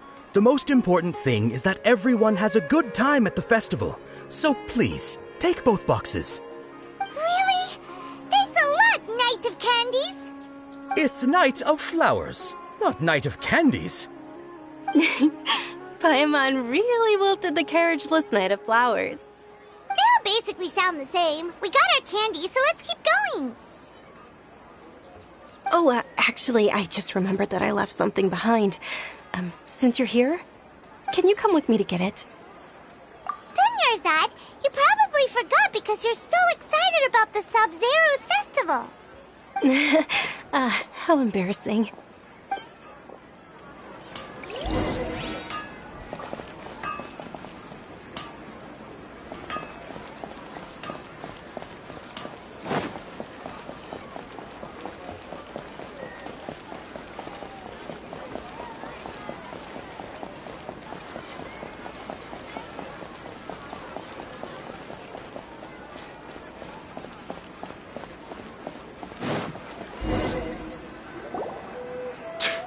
We're too late.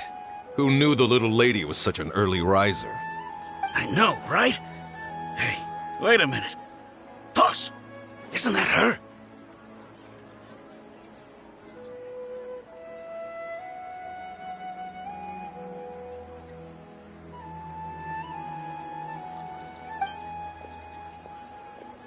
Oh, that most certainly is. We're in luck. She's walking right into our clutches.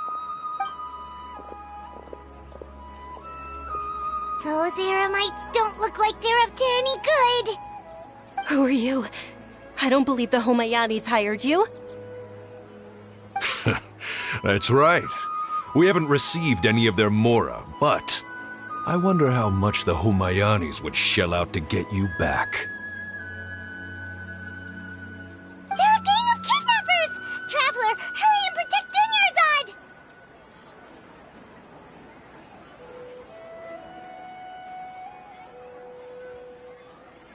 Hey, did you scumbags even consider that the Homayanis might have hired a merc that outclasses you? You're... Dia! Dia the Flame Mane! No wonder we mercs haven't heard anything about you for so long. You sold your unruly mane to the highest bidder. Don't speak so disrespectfully. My family started working with her as gratitude for her past kindness to us. Don't worry about it, my lady. Just some friendly banter between mercs. One punch and those rabid dogs will expose themselves for what they really are. Aren't your claws all dull by now? Don't get too cocky!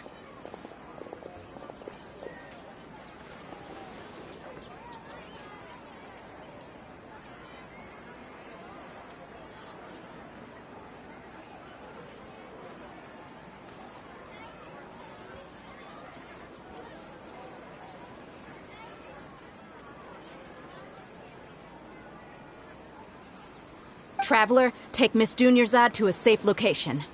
No! We're gonna stay and help! There's too many of them!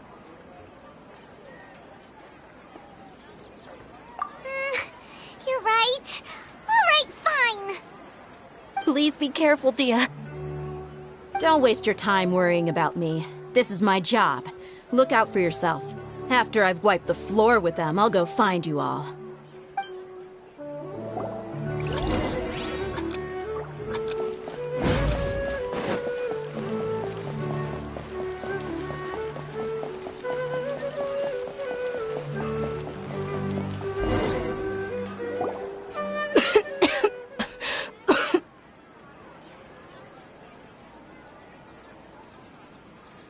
Dunyarzad, are you okay?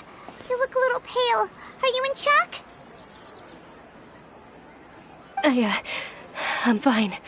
My body always reacts like this whenever I exert myself too much. You sure you're okay? I'll be fine after some rest. I'm more worried about Dia. After all, none of this would have happened if I hadn't insisted on coming out today. Yeah, don't worry.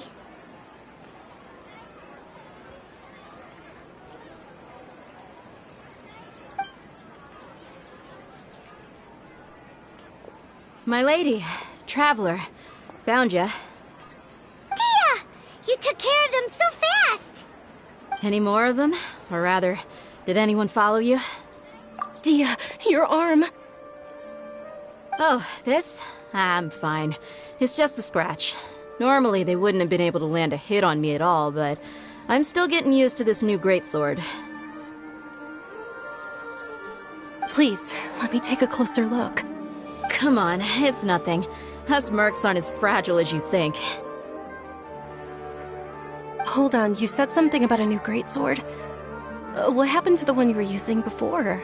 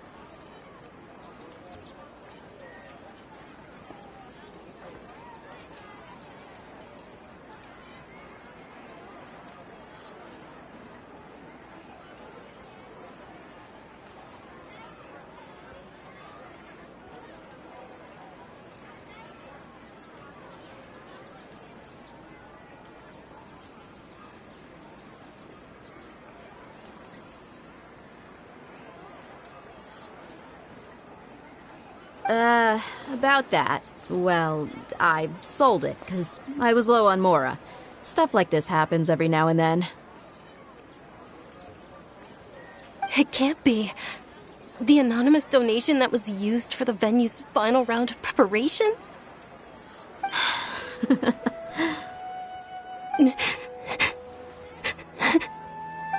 Hey, Miss Dunyarzad, I wasn't trying to make you cry. I'm not gonna lose my commission because I made my employer cry, am I? Okay, making your employer cry won't affect your commission, but selling your weapon without permission and getting hurt? I'll have to reevaluate your performance. You're so unreasonable, my lady. Thank you very much, Dia. Don't be like that. I get embarrassed really easily.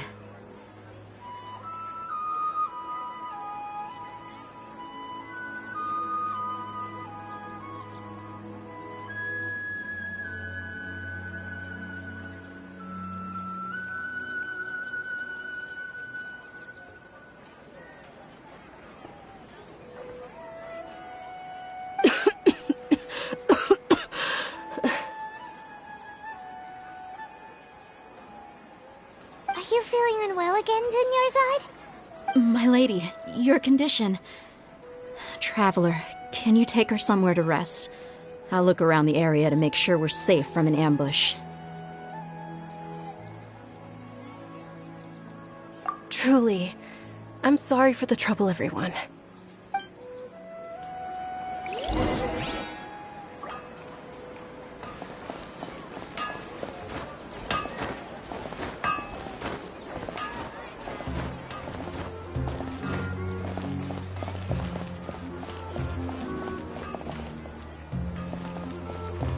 Things can't go on like this. Am I trying too hard?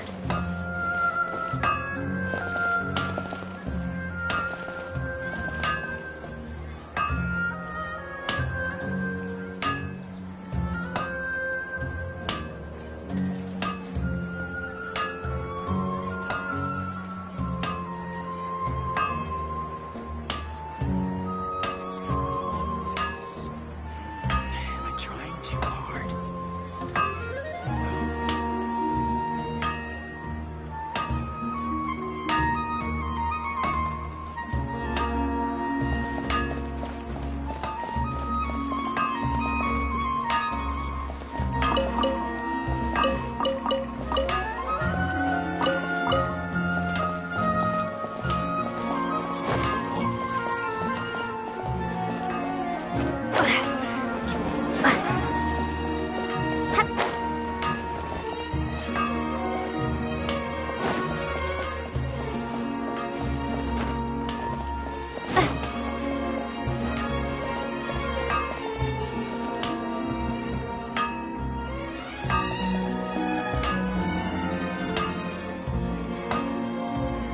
Am I trying too hard?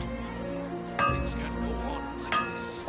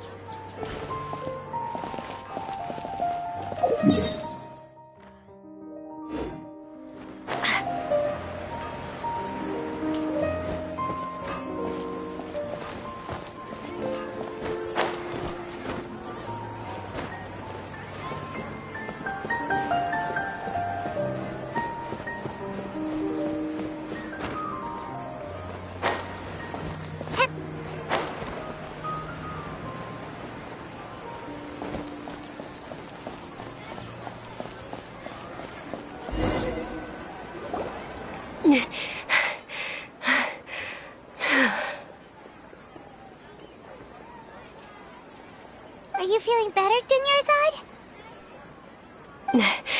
Yes, much better. Just give me a few moments and I'll be good to go.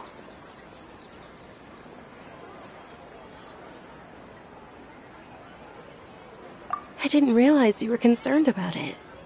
I guess I shouldn't continue to keep it a secret. I was actually born with Elazar. It's terminal now. Can't believe it's Elazar!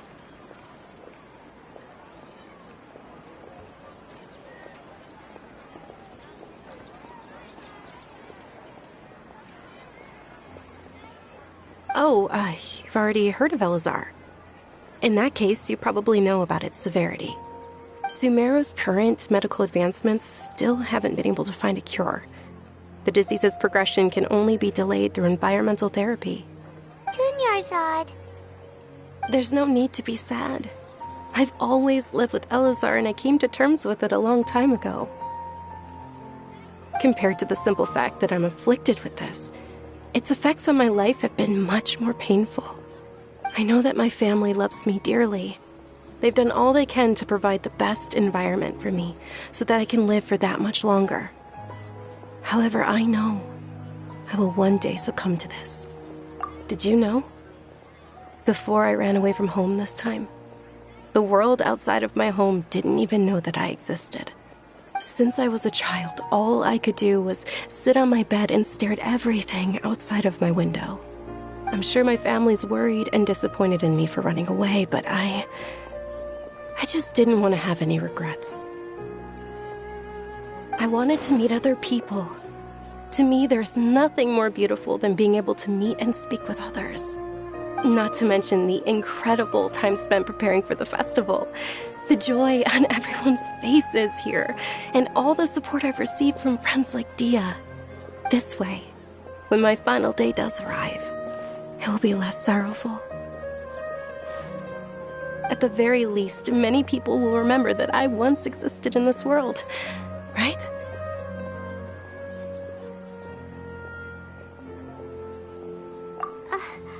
As long as you don't forget Paimon, Paimon also won't forget about you. No, even if you forget Paimon, Paimon will still remember you. Thank you two so much. I apologize for the depressing conversation. This is out of character for me.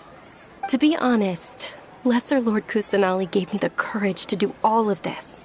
If it weren't for her encouragement, I wouldn't have taken that first step.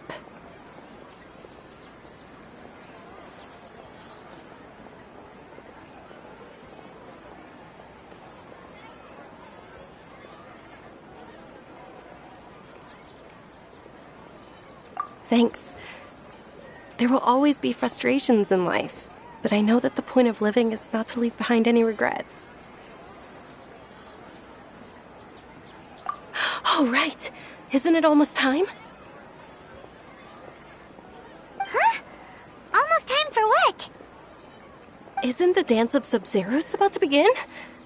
It's the part of the festival that I've been looking forward to the most. Nilu will recreate that legendary scene with her most splendid dancing. And the Sub-Zeros festival will conclude amid everyone's applause and blessings. And with that, my wish will also... Then what are we waiting for? Let's go to the stage! Yeah, we should still make it in time.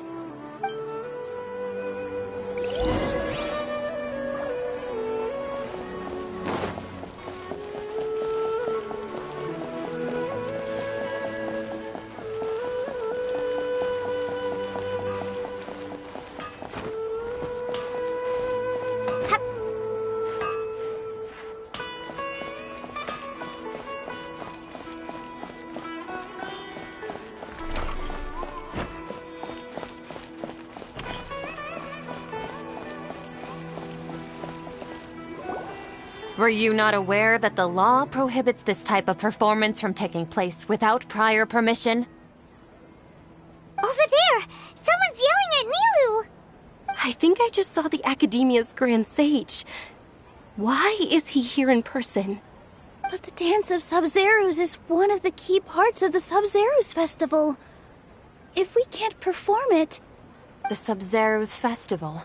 The law also prohibits the private hosting of large-scale religious festivals. Only the Academia can host such an event. If you continue to resist, we will have to order an investigation into every single event organizer.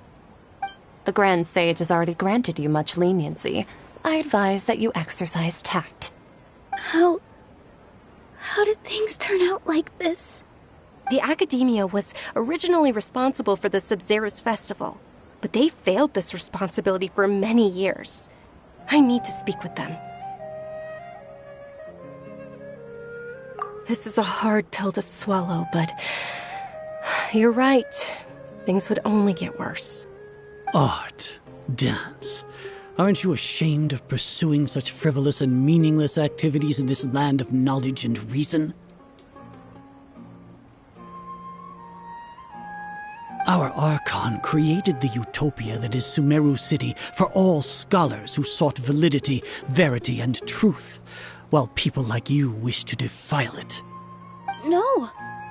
I believe that our Archon never rejected the arts. Even the goddess of flowers dedicated a dance to her.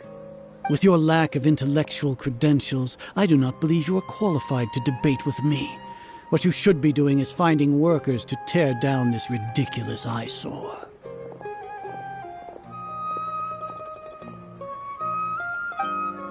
When we return, have the scribe draft an ordinance before the next Nyagarbaha Day that prohibits public art performances. We will announce it to the public later via the Akasha. Understood. I will inform him when I return.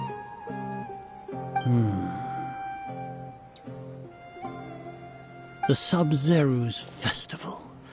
Go celebrate the birth of that god to your heart's content. Nilu, are you okay? Oh, Dunyarzad. You all saw that just now? The Grand Sage ordered us to stop the performance. Yeah. Let's go somewhere the Academia can't find us and perform there. But how do we let everyone know? And what about the atmosphere on the stage? Or we could get people to block them off so they can't interrupt the performance. No. They just threatened to investigate the organizers. If we were caught...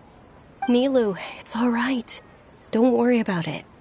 But you've been looking forward to the Dance of Sub-Zero so much. And I know how important this festival is to you. I don't want you to have any regrets. It's okay. Seeing you care this much about my feelings is more than enough. It would be too risky to continue the Sub-Zero's festival at this point. I don't want to get everyone in trouble. If you say so. But you can sneak out for the next Sub-Zero's festival, right? We'll make sure the next one is a smashing success. The next one. Yes. Okay. It's a promise. It will be a smashing success. I can't believe this is how things turned out. Those heartless geezers. It really is okay.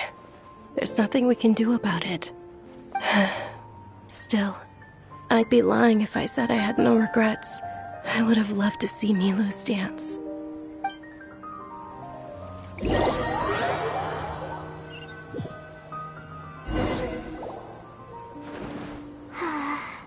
A lot happened today. It's a shame the festival ended the way it did. Nilu and Dunyarzad promised to make the next Sub-Zero's festival a success, but Dunyarzad is running out of time. Yeah.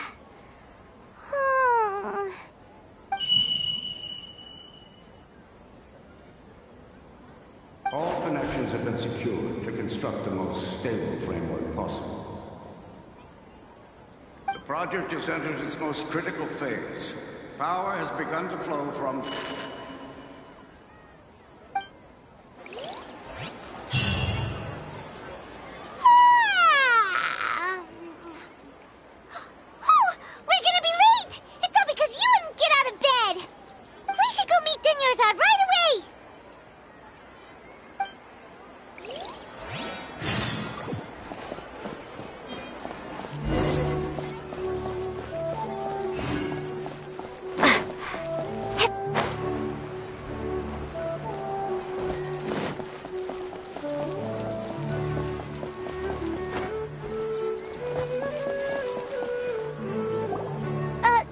Dunyarzad. Sorry we're late. Not at all. I arrived early. You seem kinda tired. Did you not get enough sleep? I'm doing well. There's no need to worry. Shall we go? Let's start with the stalls over there. Sure! Traveler? Why are you just standing there? Let's get going!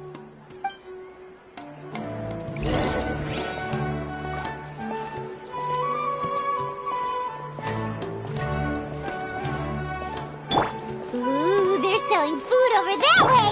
Let's go take a look!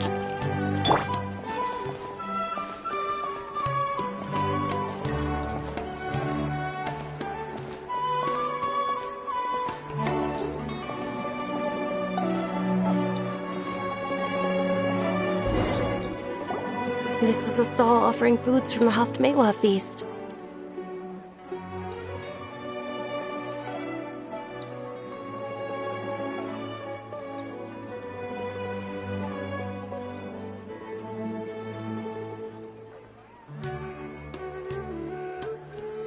You are quite well informed, miss.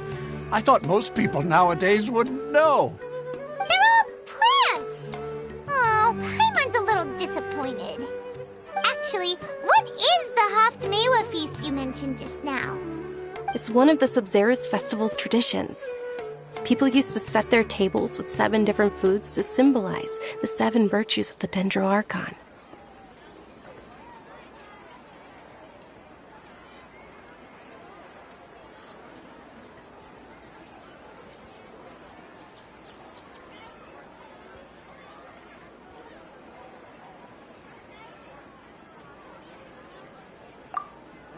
Appear to be in the form of the moon.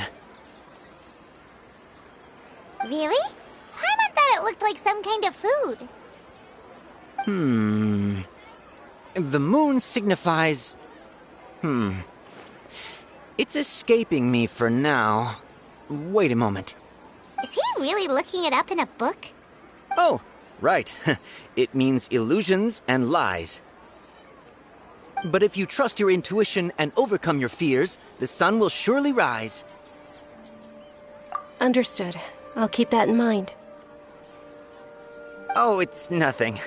I'm just learning as I go. Guess that was still pretty interesting. Okay, on to the next stall. So, where to next?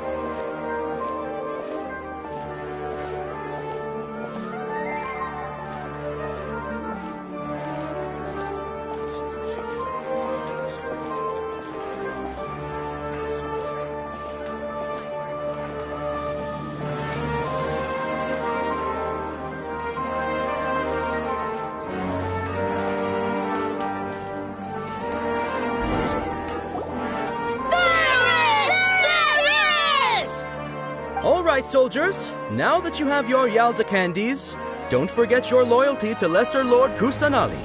Dismissed! Yes, Knight Varys! What's going on? Is this a play? Ferris, the Knight of Flowers, is another Sub-Zerus festival icon and one immensely popular with children. It's all thanks to Miss Dunyarzad's sponsorship that the children can meet the Knight of Flowers. Oh, do you want some Yalda candies? I happen to have some boxes readied here. Take a look and pick whichever one you want. What's to pick? Don't these boxes all look the same? It's not that simple. Each box contains a random flavor. It's up to the luck of the draw. Flavors include lavender melon, hara fruit, sunsetia. Ooh, how interesting. And there's also lizard tail and oni kabuto. Ugh, why do those flavors even exist? Traveler, help Paimon pick one. Paimon wants to eat the sunsetia flavor.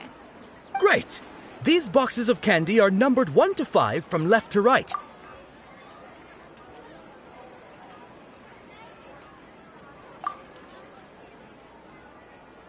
Ah, excellently chosen. Number 4 is indeed Sunsetia.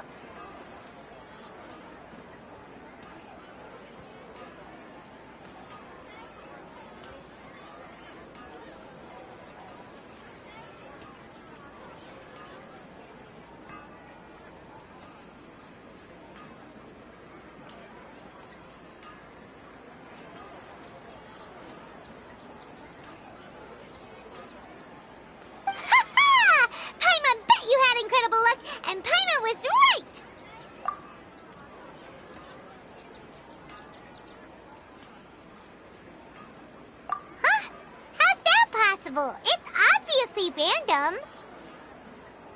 Maybe we didn't sleep very well last night. Or maybe we slept too much. Oh, sure. Huh? Where are you going? You're just gonna walk off like that?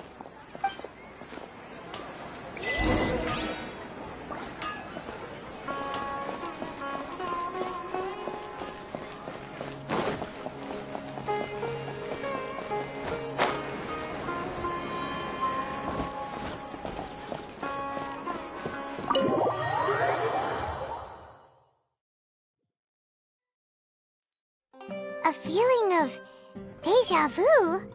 Oh, Paimon knows what that is. It's when you feel like you've already experienced whatever is going on. In that case, Paimon also felt something like that today. But that's just our brains playing tricks on us, isn't it? So why'd you run here in such a hurry?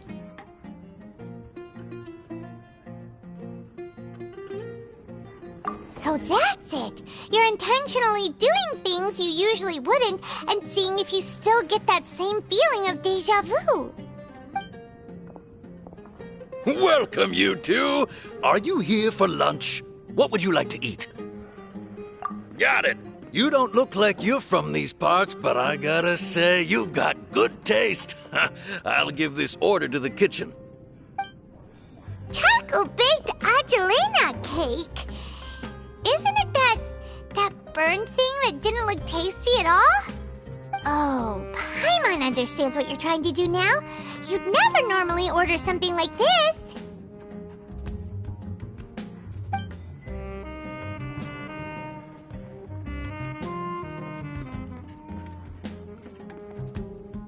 That thing?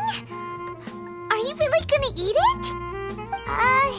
Isn't this going a bit too far?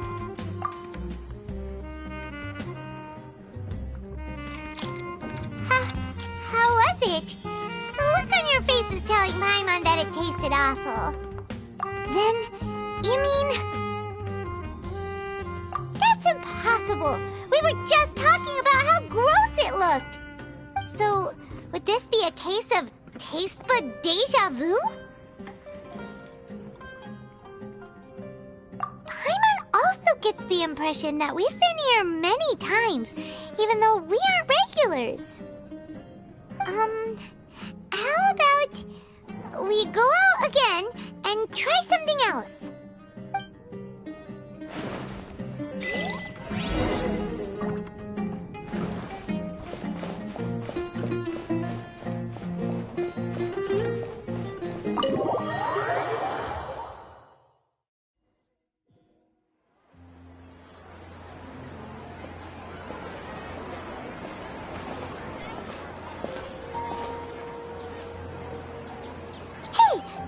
Is sitting by yourself on that bench over there.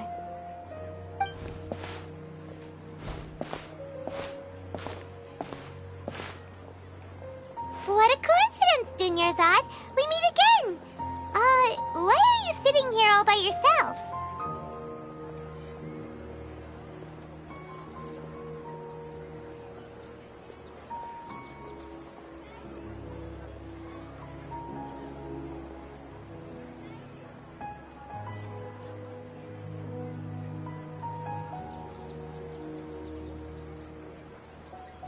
Oh, I ran into some kidnappers just now, but thankfully Dia came to my rescue.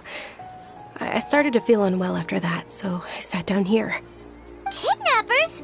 Oh my goodness, are you hurt? I'm okay. Dia's arm got scratched, but it isn't serious. Whew, that's a big relief. But, Dunyarzad, you seem a little down today. It's the Sub-Zero's festival, and you've been looking forward to it so much! Not at all. I've always been like this. Excessive physical exertion or strong emotions tend to aggravate my illness. Besides, no matter how amazing today may be, it is but a single day. After however many more days, my time will come to an end. Paimon doesn't you, and Paimon feels like something's really got you down right now. It really is fine. I don't mind.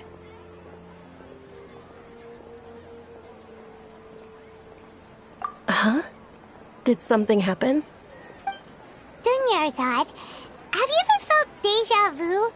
You know, like when you've already experienced something that's happening right now? Deja vu? No. But my days have been the same for years now. Even if I were feeling deja vu, I suppose I would already be used to it. Oh, Paimon sees. Then, is it only the two of us? It's almost time. Huh? Time for what? Nilou's Dance of Sub-Zerus is about to begin. Let's go.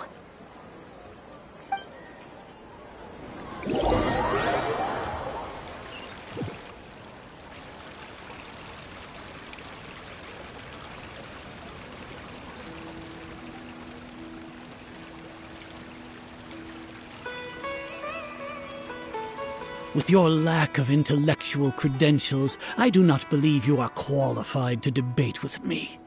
What you should be doing is finding workers to tear down this ridiculous eyesore. When we return, have the scribe draft an ordinance before the next Nyagarbaha Day that prohibits public art performances. We will publicly announce it later through the Akasha. Understood. I will inform him when I return. The Sub-Zerus Festival. Go celebrate the birth of that god to your heart's content.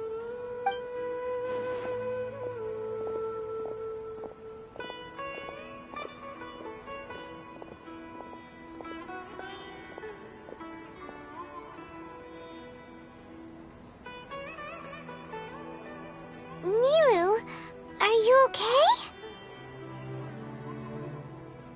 Oh, Dunyarzad. The Grand Sage ordered us to stop the performance. It's okay. There's nothing we can do about it. But you've been really looking forward to this. I don't want you to have any regrets. It truly is unfortunate, but I don't want to cause trouble for anyone. Didn't the Grand Sage say that he might investigate the organizers? True, but... Well, okay. I'll just have to try again next year. The next festival.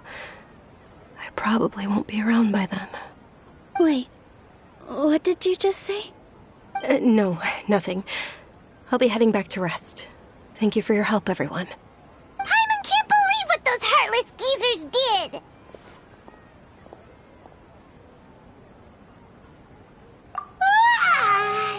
Did Dunyarzad already go back?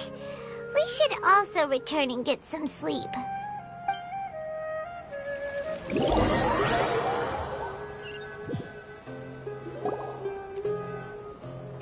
in the end, you still couldn't figure out what that deja vu feeling was all about? Maybe it really was because of exhaustion.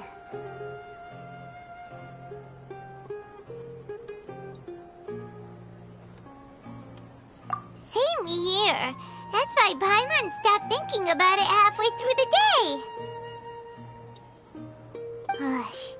Then, how about we settle in and get a good night's sleep?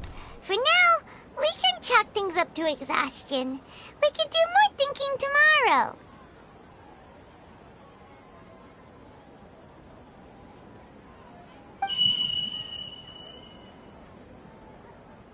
Observing a modest drop in the output of jnana energy, but values still remain within normal parameters.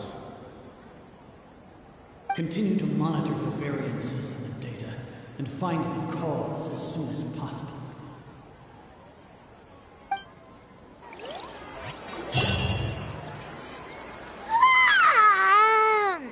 Why does Paimon feel so tired after so much sleep? Anyway, we should go meet Dunyarzad right away.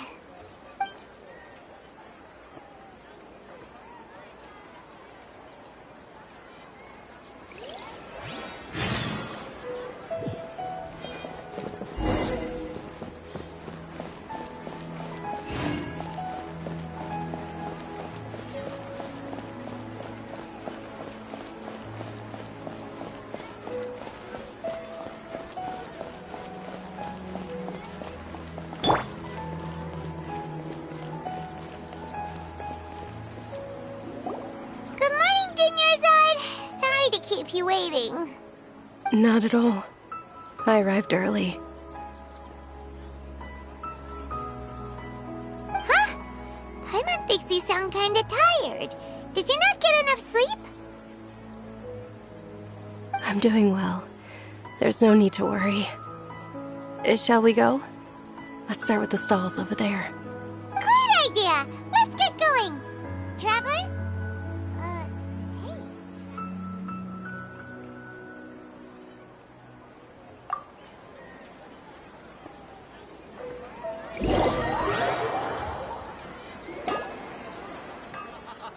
It's all thanks to Miss Dunyarzad's sponsorship that the children can enjoy the Sub-Zero's festival.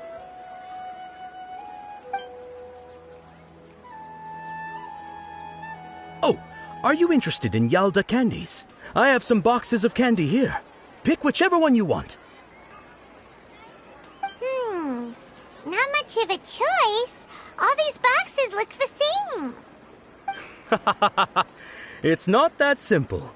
Each box contains a random flavor. It's up to the luck of the draw. Flavors include lavender melon, hara fruit, sunsetia. They all sound pretty tasty. And there's also lizard tail and oni kabuto. Huh? What were those last two? She'll help me choose. Paimon wants to eat the sunsetia flavor. No problem. These boxes of candy are numbered 1 to 5 from left to right. Which one do you want?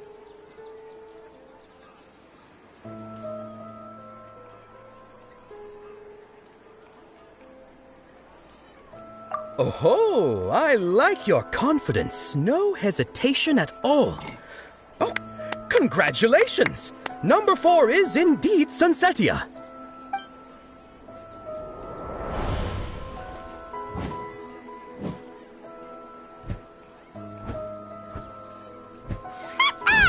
Paimon knew she always had incredible luck. Paimon's not really interested in the other flavors. Wait. How did you know? Don't tell me that you already knew which flavor was in each box. What? She was right about all of them? That couldn't have been luck. How is this possible? I packed all those boxes this morning and they've been sealed ever since. You couldn't have known beforehand. Mind reading? X-ray vision? Or some kind of magic trick?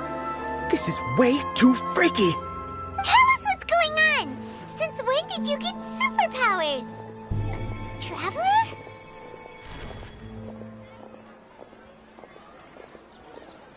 Hey, where are you going?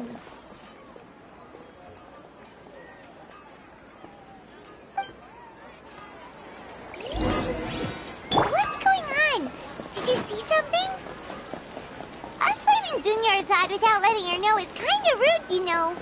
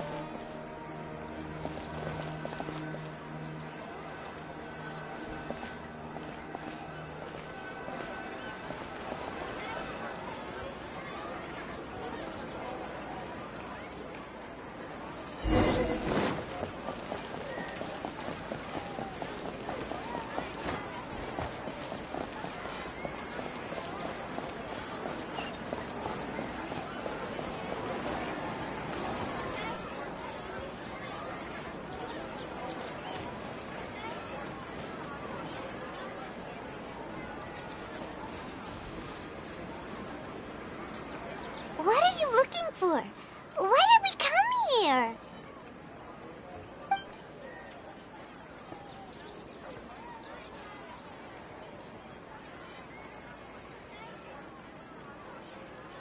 Traveler?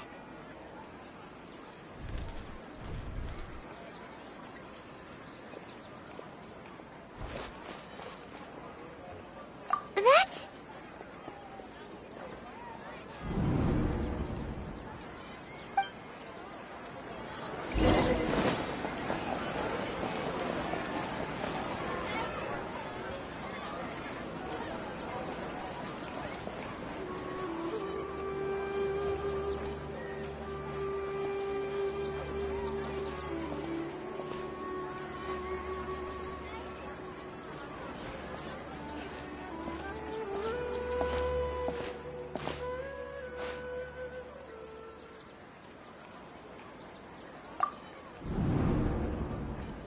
Look! That's... Isn't that Dunyarzad?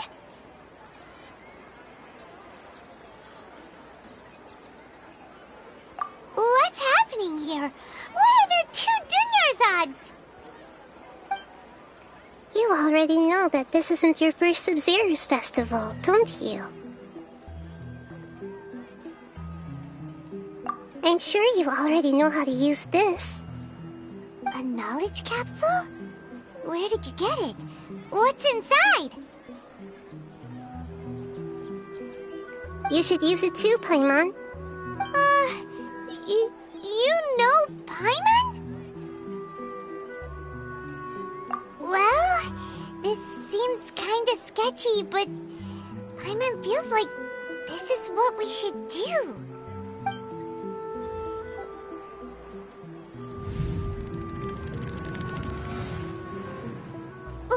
What the?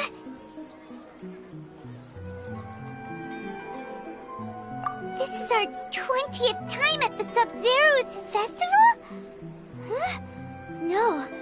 The 30th? 40th? Just how many times have we been to the Sub-Zero's festival? Have we been trapped in a single day? If it weren't for you, we wouldn't have even realized. What the heck was inside that knowledge capsule? Your memories are still scrambled? Try your best to remember. This isn't the first time we've met, and I answered that question a long time ago. Let Paimon think. Oh, it's coming back. Meeting you was the real catalyst for restoring our memories, and the knowledge capsule was just your means of showing our minds the way. What about everyone else? Why are you only helping the two of us? Your sense of déjà vu is stronger than everyone else's, yes? As for an explanation, you two received the blessing of Dendro, and you also have special, sensitive constitutions. It was as if a single sheet of paper was separating those memories from your consciousness. A familiar question. I think this is the 7th time you asked that. As you can see, she isn't doing well. You probably sensed it too. The Dunyarzad you were just with is different from the first Dunyarzad you met. That first Dunyarzad is in front of you right now, and she doesn't have a lot of time left.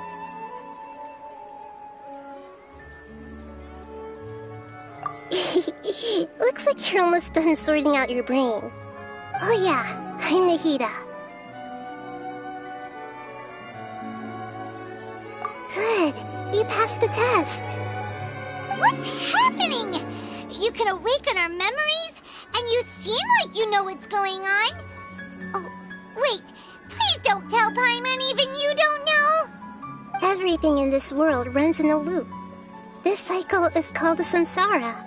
You, me, and everyone else are all stuck inside a one-day samsara.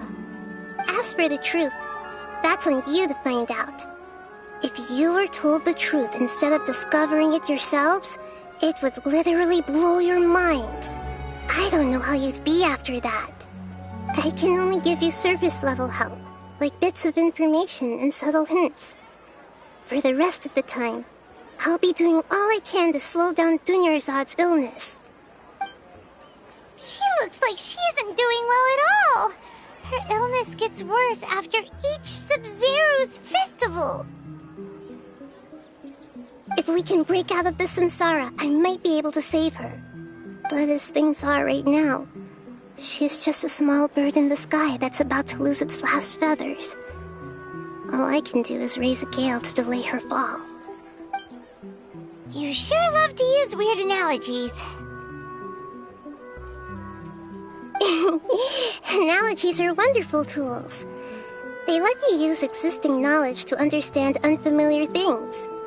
Okay, so, with what you know so far, what do you think the truth is?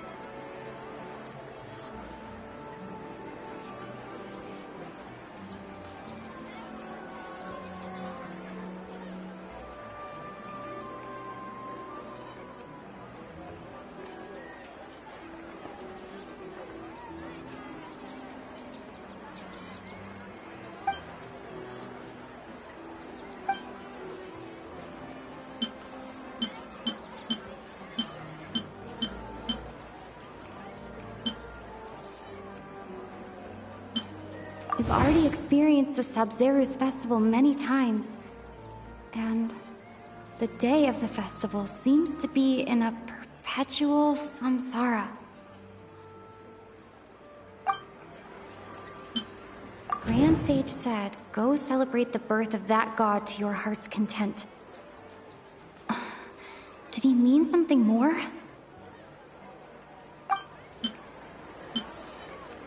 The moon, illusions, and lies. What do they all mean? What's happening right now seems to have happened before. This feeling has been getting stronger and stronger. My mind feels exhausted, even though I haven't done too much thinking. What is going on?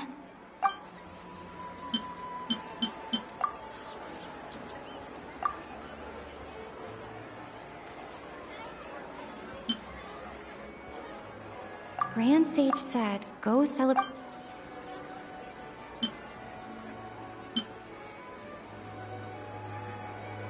Grand Sage said, "Go celebrate the birth of that god to your heart's content." The moon, illusions, and lies. What's happening right now seems to have happened before.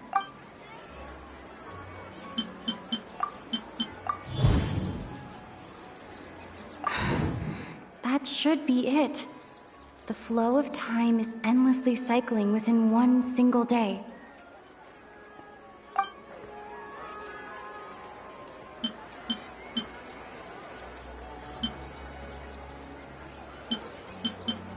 What's happening right now? That doesn't sound... What's happening right now seems to have happened before. A time loop. You've given similarly wrong answers in the past. A pity. Still the wrong answer? Paimon thought that made a lot of sense. It feels like time's just repeating itself. A simple time loop can't explain some of the phenomena. You two are still missing a lot of information. Unfortunately, I can't give you any more hints.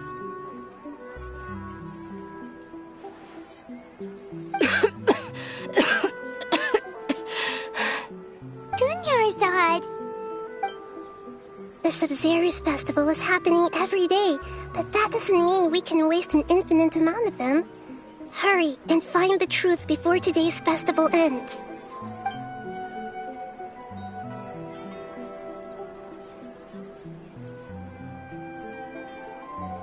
Let's think about our current situation. To save Dunyarzad, we have to escape the samsara of the Sub-Zero's festival. And to do that, we need to figure out what's happening. the truth. Nahida rejected the idea of a time loop, so we must have missed something, right? Paimon's memories say that we've already done this many times, but let's go talk to people again. It's more productive than sitting here and scratching our heads. Why?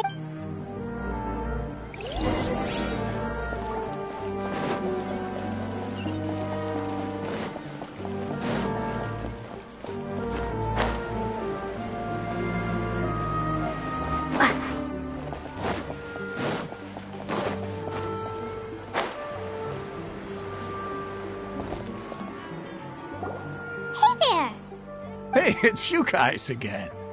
Where's your cultured friend? She's feeling a little unwell. I see. Did you come back to buy something? I guarantee the freshness of my products. I harvested them from the forest just yesterday. Huh? What brought this about? I hurried back from the forest yesterday, and I'm selling produce here today. I haven't felt anything strange. To put it another way, if you really think about it, was yesterday truly yesterday? Did you actually come back from the forest yesterday? What kind of philosophical nonsense is this? Are you two daydreaming? Didn't you know that no one dreams in Sumeru? Go somewhere else if you want to find someone to daydream with.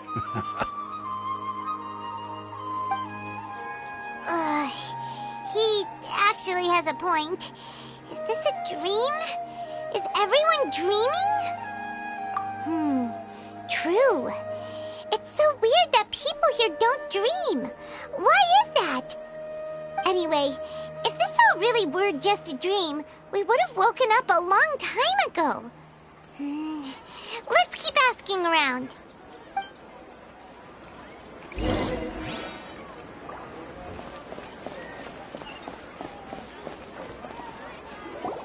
Oh, it's you two. Was my divination so accurate that you felt compelled to compliment me in person? Ooh, I knew it! I told you, the god's divination is highly accurate. You just hadn't fully understood its significance yet. You're really excited about this, huh? That's exactly why we came back. Help us better understand it.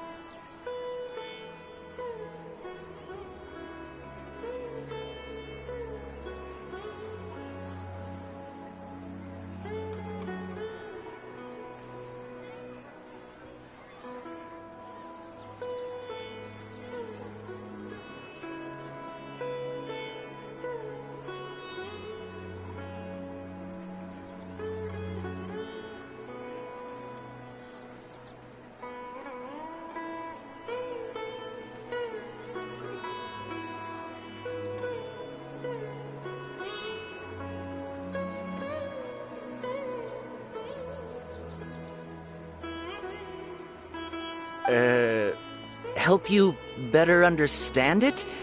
Well, that isn't exactly what I excel at. So, you're admitting that you don't have a clue?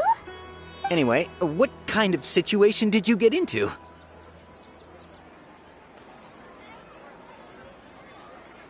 Huh? Hold on a second. I thought you guys just lost your wallet or fell for a scam. What you just said... Are you serious? Does that kind of thing actually happen in real life? Paimon knew you weren't going to believe it. Marvelous. Truly marvelous. I believe you. Recall the interpretation of your divination. The moon, illusions, and lies. It really felt like an omen. When you say it like that, the divination does sound like it's related to what's going on. Can you read any more into it?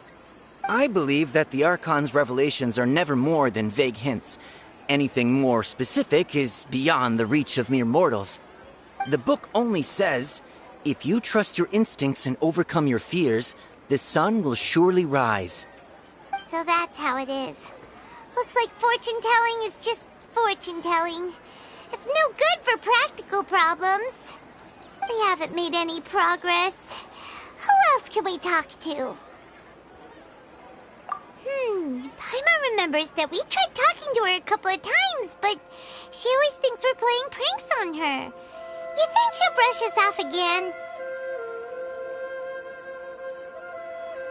Yeah, if we tap into Dia's strong sense of responsibility as a mercenary, then she'll definitely take us seriously. At this time of day, Dia's probably just finished beating up those kidnappers. Let's go find her.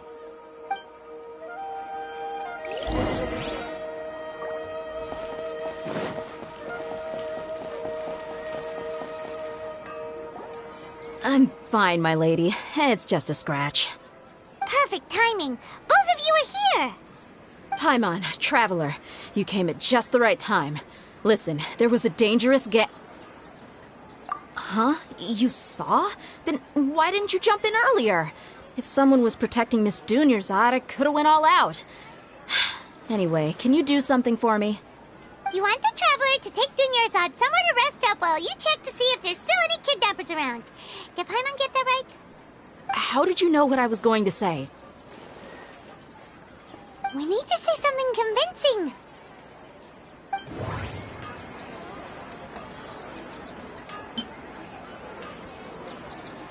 Dia sold her greatsword to raise additional funds. And then she was injured because she wasn't used to her new weapon.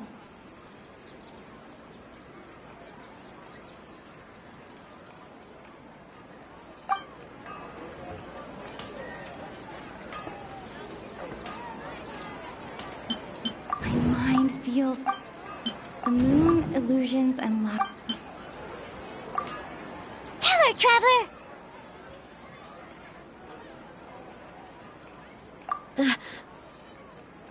I didn't tell anyone about that.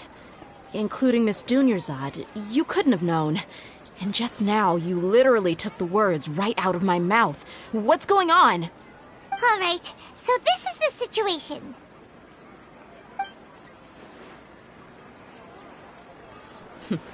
It's kinda hard to believe what you just told me. First, let me make something clear. Most of us desert dwellers might not be the scholarly type, but we do have basic common sense. She's quieter than usual. Uninterested in anything and really gloomy. Yeah, she isn't the same as before, but her parents said that this is how she was like at first. Huh? At first? I don't quite understand what you're all talking about. I'll go rest on the bench over there. My lady, are you angry?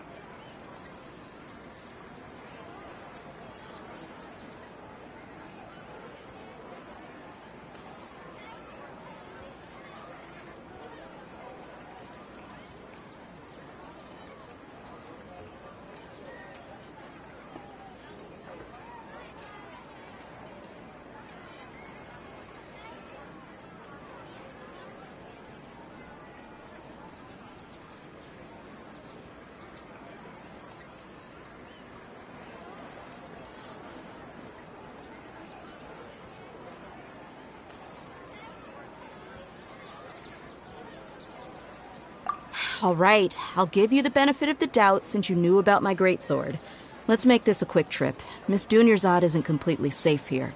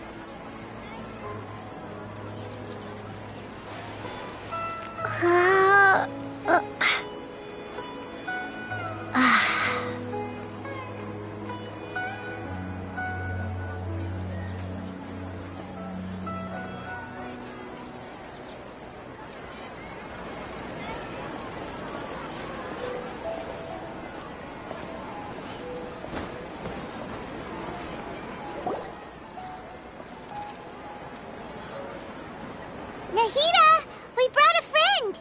Are you busy? I thought I told you that it won't help to bring anyone here. We just wanted her to see the real Dunyarzad's condition. The real Dunyarzad? Where and who are you talking to? Huh? I told you that you two are special. Other people can't see me or Miss Dunyarzad here.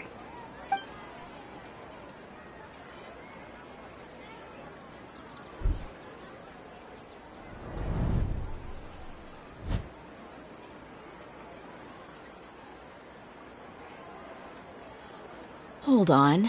Over there. Is that? Wow. How perceptive. Does she have invisible antennae? Miss Dunyarzad, she's lying down here, isn't she? How's she doing? Her condition's really bad, and she's basically in a coma. How did you know she was here? I can sense her aura. There are also lingering feelings of something like regret or disappointment. What happened? Do you believe us now? The Sub-Zero's festival has been repeating itself. So, you think the sages are behind this? Yeah, they've always been against us. Wouldn't surprise me if they're using the Akasha to intentionally repeat the Sub-Zero's festival as a sick joke. You have a point. Aside from the Dendro Archon, the Academia's sages are the only ones in Sumeru who could pull off something like this. Maybe there's more to the Akasha than we know. Right! Didn't you awaken our memories using something that looked like a knowledge capsule? That means you must know something about the Akasha! The Akasha relies on the power of a gnosis to operate, as it is the manifestation of the God of Wisdom's power. It compiles the wisdom of the entire populace, and it grants knowledge to the people. A gnosis could do that? No wonder the Akasha is so magical. It's being powered by the gnosis of Sumeru's Archon. So, this Nahida you mentioned, what did she say? She said, and Paimon quotes, "The Akasha relies on the power of a gnosis to operate, as it is the manifestation of the God of Wisdom's power. It compiles the wisdom of the entire populace, and it grants knowledge to the people." Compiles the wisdom of the entire populace and grants knowledge to the people. Wait. I get the grants knowledge part. That's what people have always used the Akasha for. But compiling the entire populace's wisdom? How does that work? Did she mean that the sages enter new knowledge into the Akasha?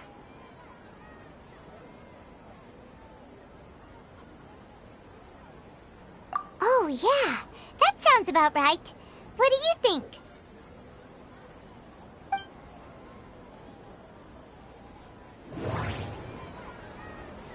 People in Sumeru don't dream.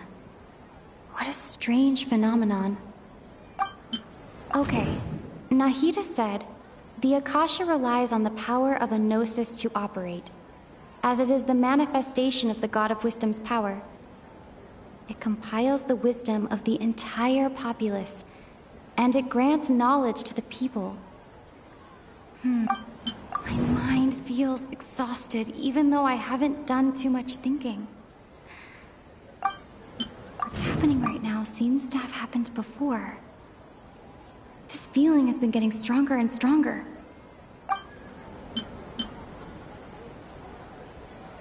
Okay. People in Sumeru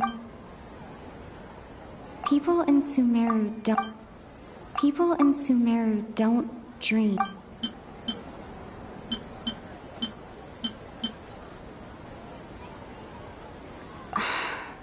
That doesn't...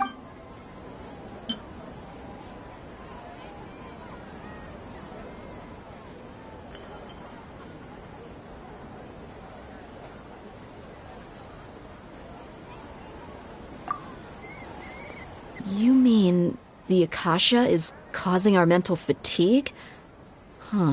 Now that I think about it, my head's been feeling unusually heavy. When the desert dwellers set off on their quest for knowledge, a sage once said, knowledge always comes at a price. Compiling the entire country's knowledge.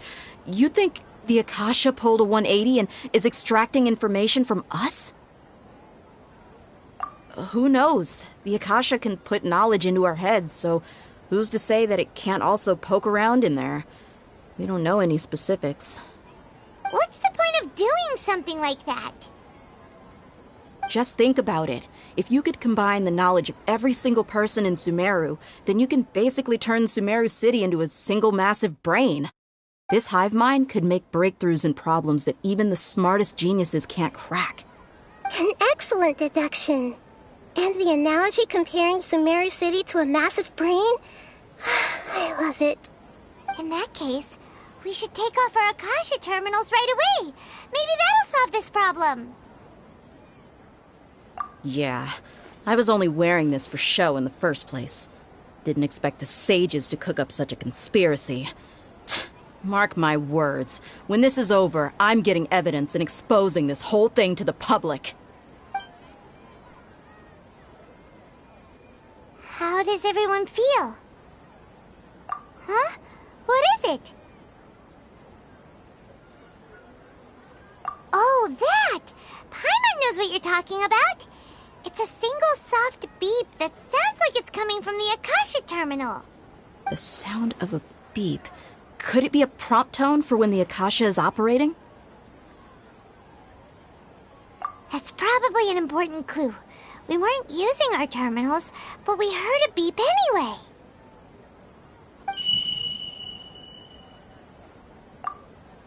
Traveler, did you hear that? I heard it too. Our ears aren't messing with us. There was definitely a beep, but it sounded like it was coming from inside my head. We took off our Akasha terminals.